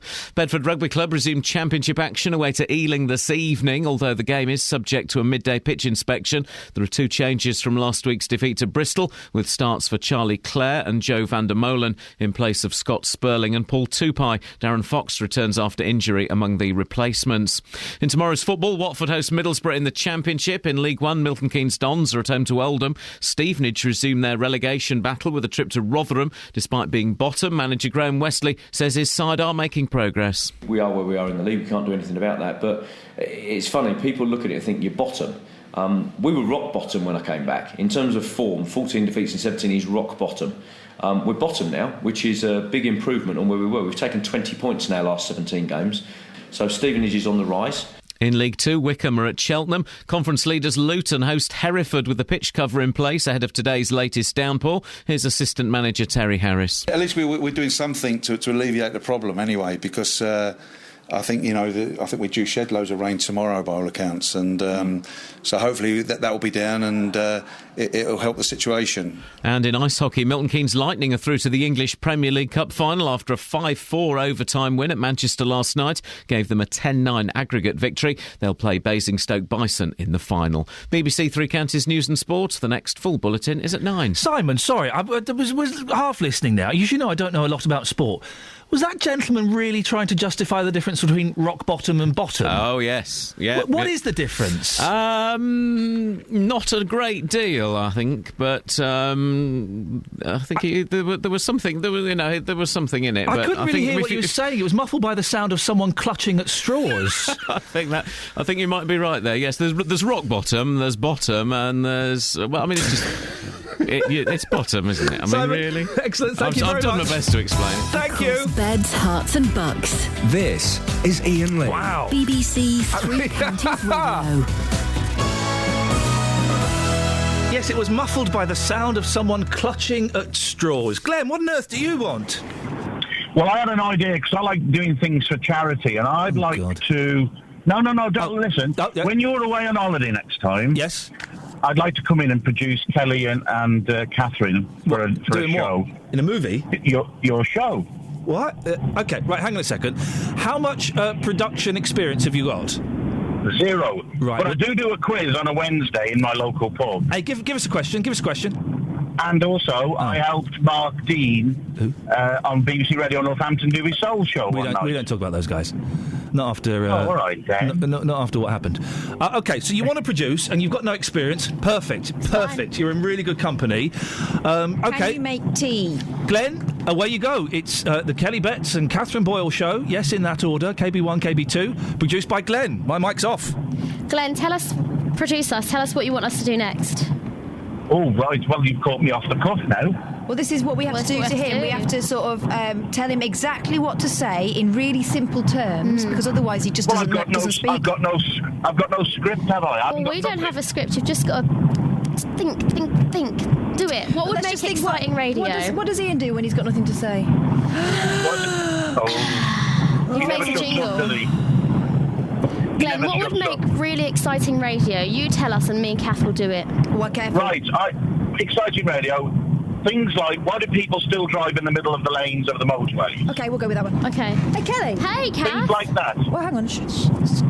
Hey, Kelly. Hey, Kath. Do you know what really winds me up? What winds you up, Kath? People driving in the middle of the road. People talking in the middle of my sentences. People driving in the middle of the motorway. Why do they do that? Why do they do that? There's lanes either side. Let's ask the listeners. Listeners, call us now. Why do you drive in the middle of the motorway? 08459 455 555. How's that, Glenn? That's fine. That's great. What else? We haven't had a call yet. I'll think some other things as well. All right, give us a shout when you thought something else. All right, then. What do we do in the meantime? Just sit in silence? We'll have some tea. Oh, OK. I'll make you a cup of tea. And some bacon sandwiches as well. Oh. I think he might just have what it takes. Yeah, you sound like you're on the know. I can guarantee it would be a good laugh. Oh, yeah, it'd be that. Well, I'm having fun already. All right, and I'll bring some chocolate too. I can only apologise for the last 4 minutes of output here on BBC Three Counties Radio. I think what that little Lazzi, that little scene, that little example shows is that to put on a performance such as this, weekdays between 6 and 9, is actually flipping hard work. Yeah, I make it sound easy. I make it sound shambolic. That's how good I am. I'm like Les Dawson when he plays the piano badly. You can only do that if you are a superb pianist. And I am a superb pianist, and I am making the show sound deliberately clunky, but actually it's brilliant. Glenn, you ain't a producer. Kelly and Catherine, really sorry. You ain't talent. Go. There we go. Thanks you very much indeed. Right, last 25 minutes of the show, or thence about. 08459 455 555 is the telephone number if you want to give us a call. Talking about the fire brigades. Peter's on the line. Let's go to Peter first of all. Morning, Peter. Good morning, Iain. Peace be with you, brother. Thank you so much. That's exactly what I needed today of all days. What have you got for me? Well, I've got a horse and a chess story. Oh, please tell me it's a horse playing chess. Look, funny you should say that, but no. I lived in a village next door to the village pond, which was very substantial, and horses would go by on a regular basis. Yes. Two horses tripped by with very young riders, two young ladies. Okay. And up the hill they went. How young were they? About 12. Wowzers, okay.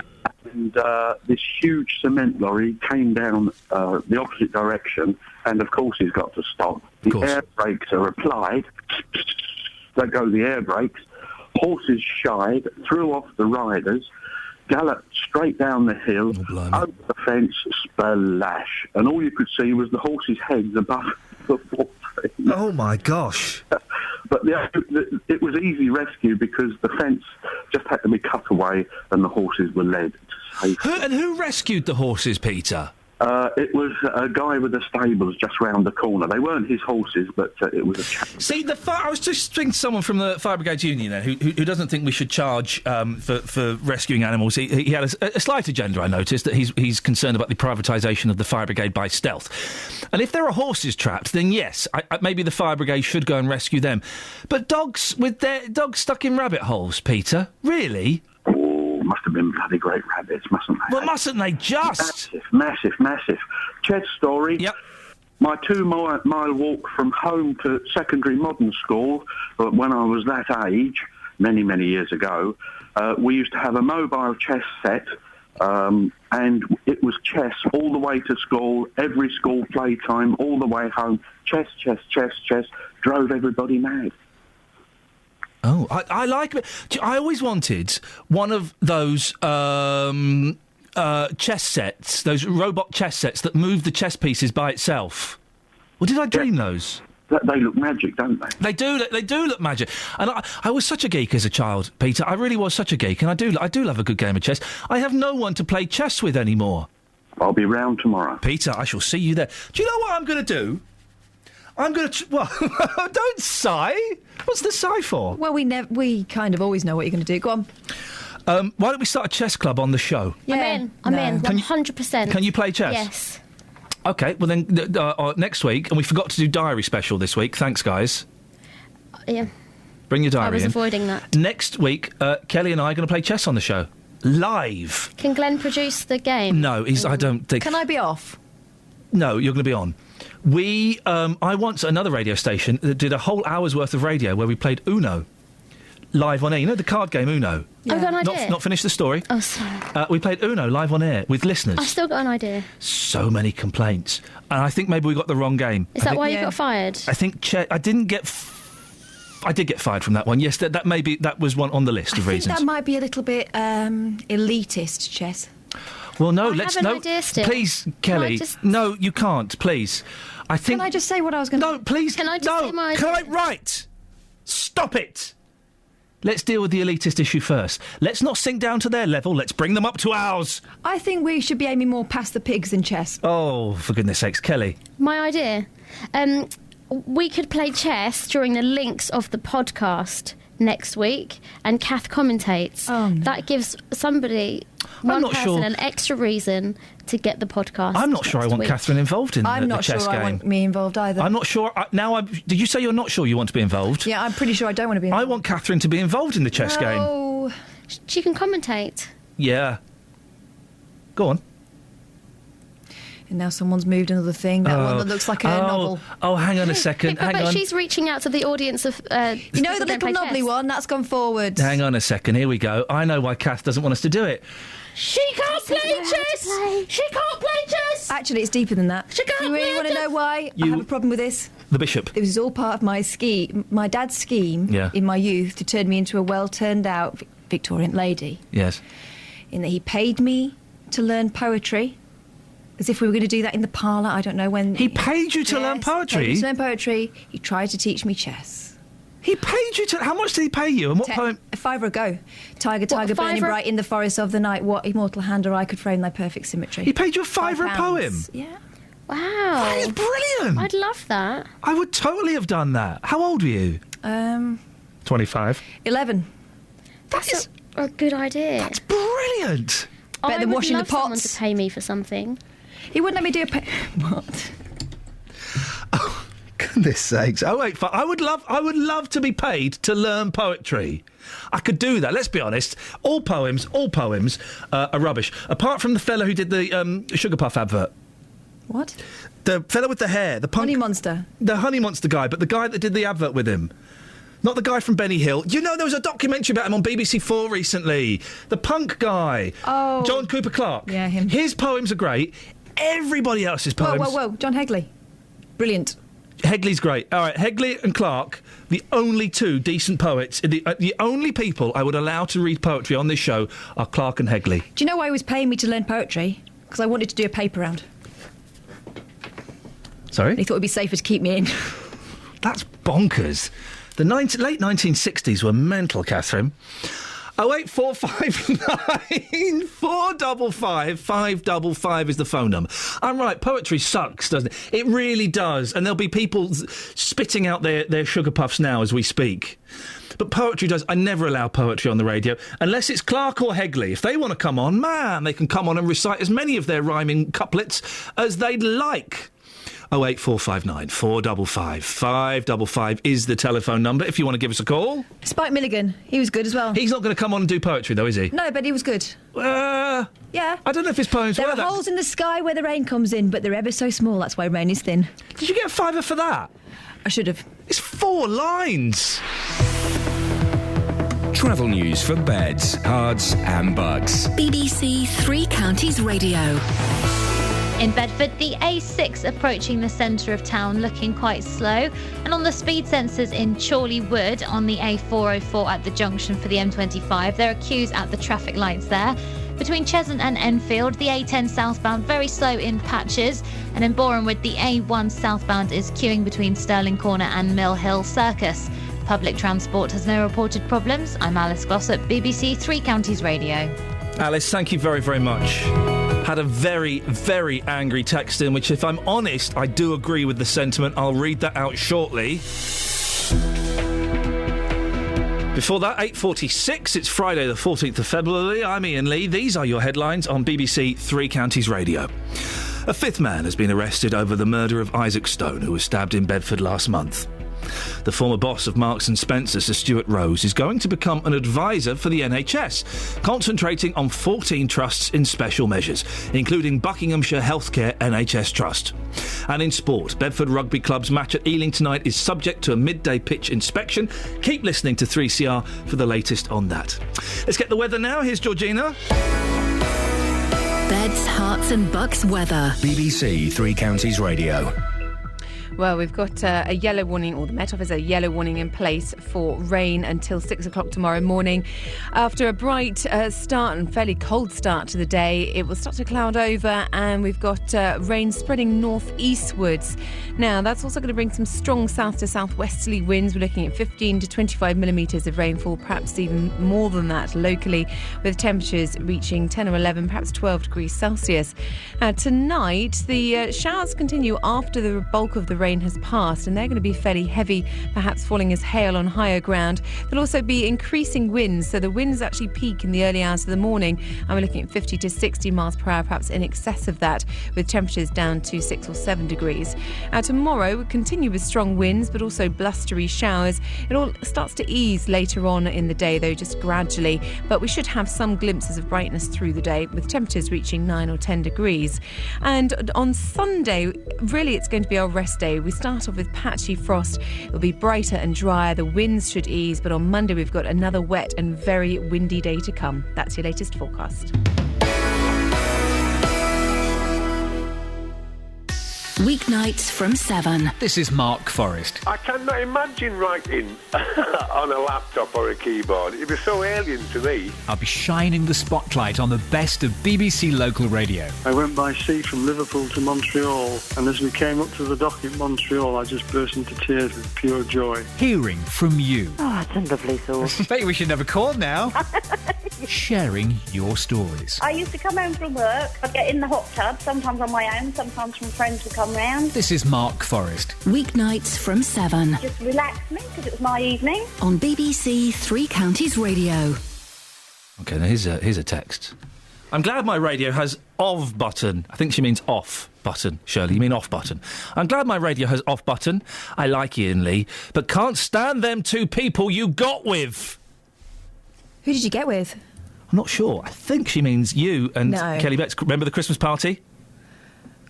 Yeah, you see. Thank you, Shirley. I couldn't agree more. And do you know what? I'm gonna make sure they're on air much less next week. Oh, wowzers. Let's have a little look here. 08459 455 555, by the way. Mark Fishwife in Bedford. Recently on Radio 4, a school had an after-school club where children could be left for up to an hour after school finished. However, some parents didn't turn up for sometimes an hour after that without arranging it with the school. The school decided to charge these parents for their inconsideration, and as soon as they did this, more parents started to be late. People will pay to be rude and inconsiderate because they think this excuses it. The same will happen if the fire brigade introduce a tariff for pet rescue. They'll be called out all the time at all hours to rescue cats in trees and on roofs, and people will expect them to attend every time. But that's fine, because they're paying for it. And if the fire brigade aren't doing any other things, then it doesn't matter. They're paying for it, so that's all good, isn't it? Isn't it? 08459 455 555 is the telephone number. Catherine, I've lost that email, that long email. Where did it... Oh, you want to talk to me now? Well, I mean, only because I want something from you. OK, well, I have it here. I'll forward it to you. OK, let me... While we're doing that, I'm going to read an email from Dan that sent in about naughty children. Iain, I'll keep this short.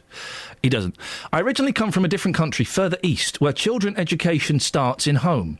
My opinion is that education of a child and respect starts at home.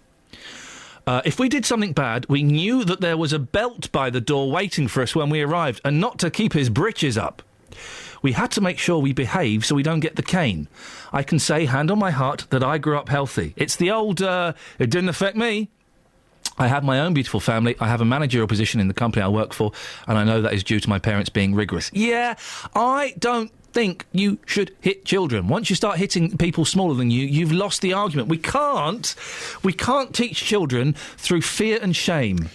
I've never felt the need to smack mine.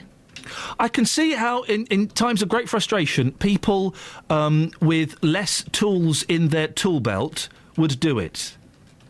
But I would never do it. I can see how out of a moment of anger and frustration you but I wouldn't do it. I couldn't do it. We can't rule our kids through fear and shame. Doesn't work. I must admit there have been times when I've shouted at them when I probably shouldn't have, and I felt so guilty about it afterwards that I thought, gosh, imagine if I had smacked them at that point. Out of my frustration. Do you know what I think is a great punishment that we should have more of? I want to get... I'm going to do this. I'm going to surprise my wife, because I think she'd probably disapprove. What, she needs to be punished, does she? No. Well, you never know, actually. Get a big wall made of Velcro. Oh. Right? Yeah. And then get them in a Velcro suit. Yeah. If they start messing around, stand up on a chair. This is elaborate. Stick them up on the wall. Stay up there until you have calmed down and learnt your lesson. Only works when they're small, though. That's the flaw. Stick them on the naughty wall. They would love it. I would love to be stuck on a wall up high. Can we get a Velcro suit and a Velcro wall for here? Yeah. Yeah? I think we could do that, yes. Excellent stuff. This email's quite long. I'm going to sub it down. This is from Alison. We're talking about the funeral director yesterday. We're talking to the funeral director, John Good, yesterday, who is an amazing gentleman. And it's prompted Alison to read this email. I'm going to sub it down, Alison. I'm sure you'll understand why. It's very long. I waited 38 years to find out what happened to my twin sister. Your discussion this morning about funerals compelled me to write this. My sister and I were born 40 years ago in April 1973. I was born at 6 p.m, my sister followed at 6:08. We were 2 months early and there were other complications. My mum was immediately told it was unlikely that either of us would survive the night.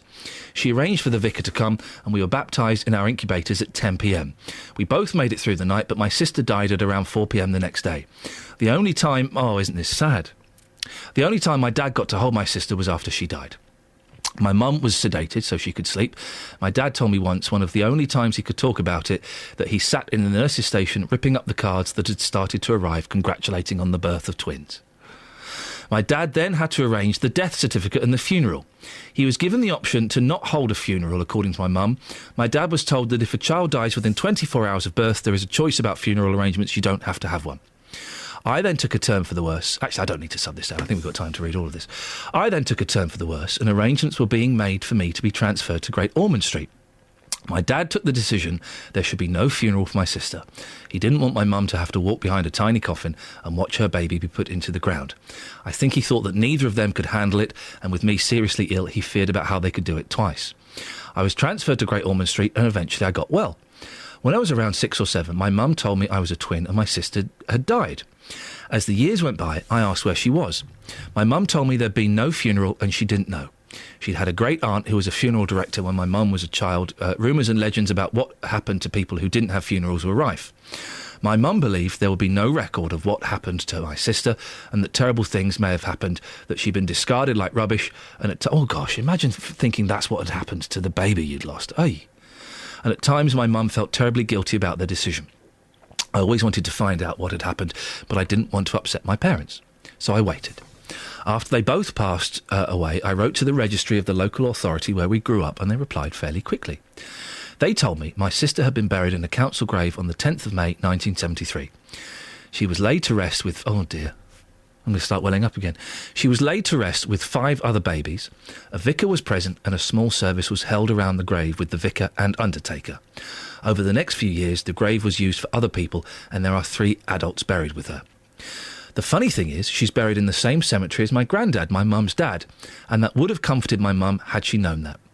I realise now that fear kept my parents from finding my sister's grave, that maybe there was no record of her, that they'd signed their rights away, and that if her body had been discarded, that they had been negligent, that people could have accused them of not caring. The problem was they cared too much. It would have destroyed them to have gone through with the funeral. For me, finding my sister showed that the funeral directors, the council and the church did care, that those babies were given a decent send-off.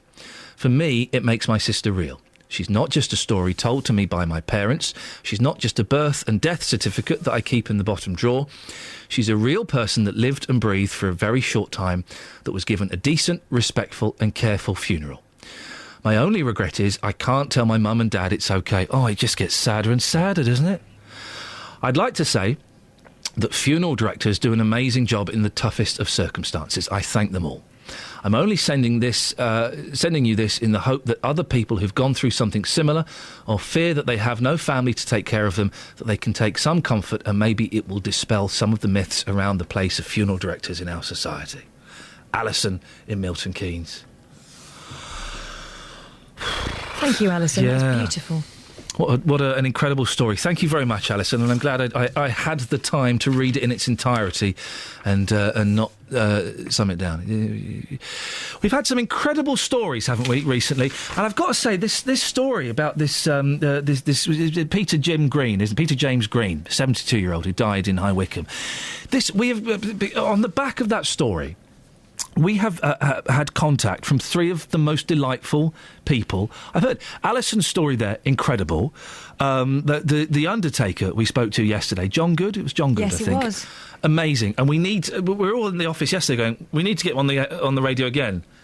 We just don't know to do what. There's a story in there that's waiting to be told, and we'll work out what that is. And then the gentleman today from Finders, the agency that looks for people who have no family, looks for their next of kin. Do you know, it just goes to show Daniel, sometimes these stories can look so unbearably sad that you don't want to talk about them at all. But actually, it's like that thing that people say, look for the helpers. Yeah. There are some really wonderful people out there who reinforce your faith in humanity, really. Yeah.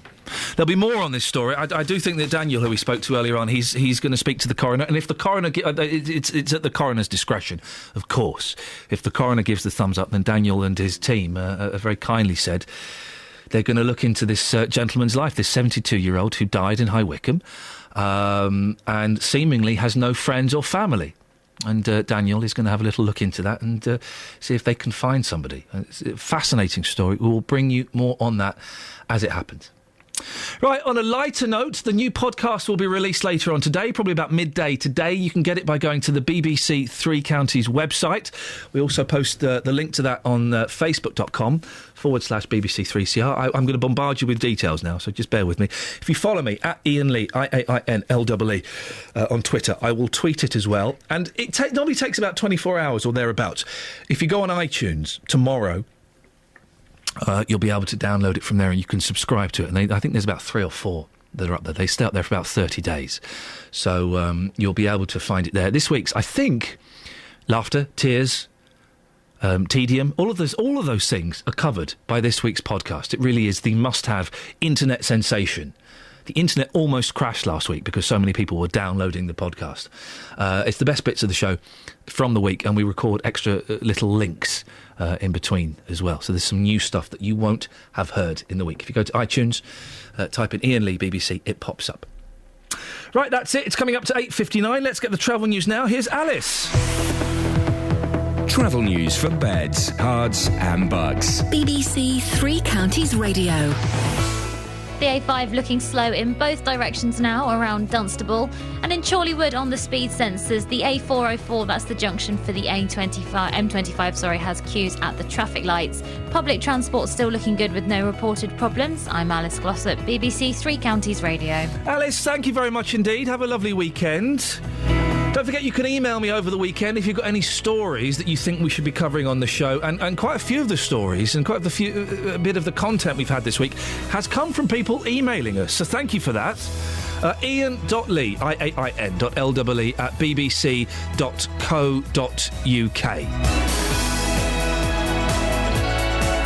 JVS is up next. Have a good weekend. Speak to you on Monday. Ta-ta. Local and vocal across beds, hearts and bucks. This is BBC Three Counties Radio. Thank you, Iain. Good morning. Welcome to the JVS show. I'm Jonathan Vernon-Smith. It's Friday. It's 9 o'clock. And on today's big phone-in, is it fair that people who make allegations of sex crimes remain anonymous? Former BBC Three Counties radio presenter Dave Lee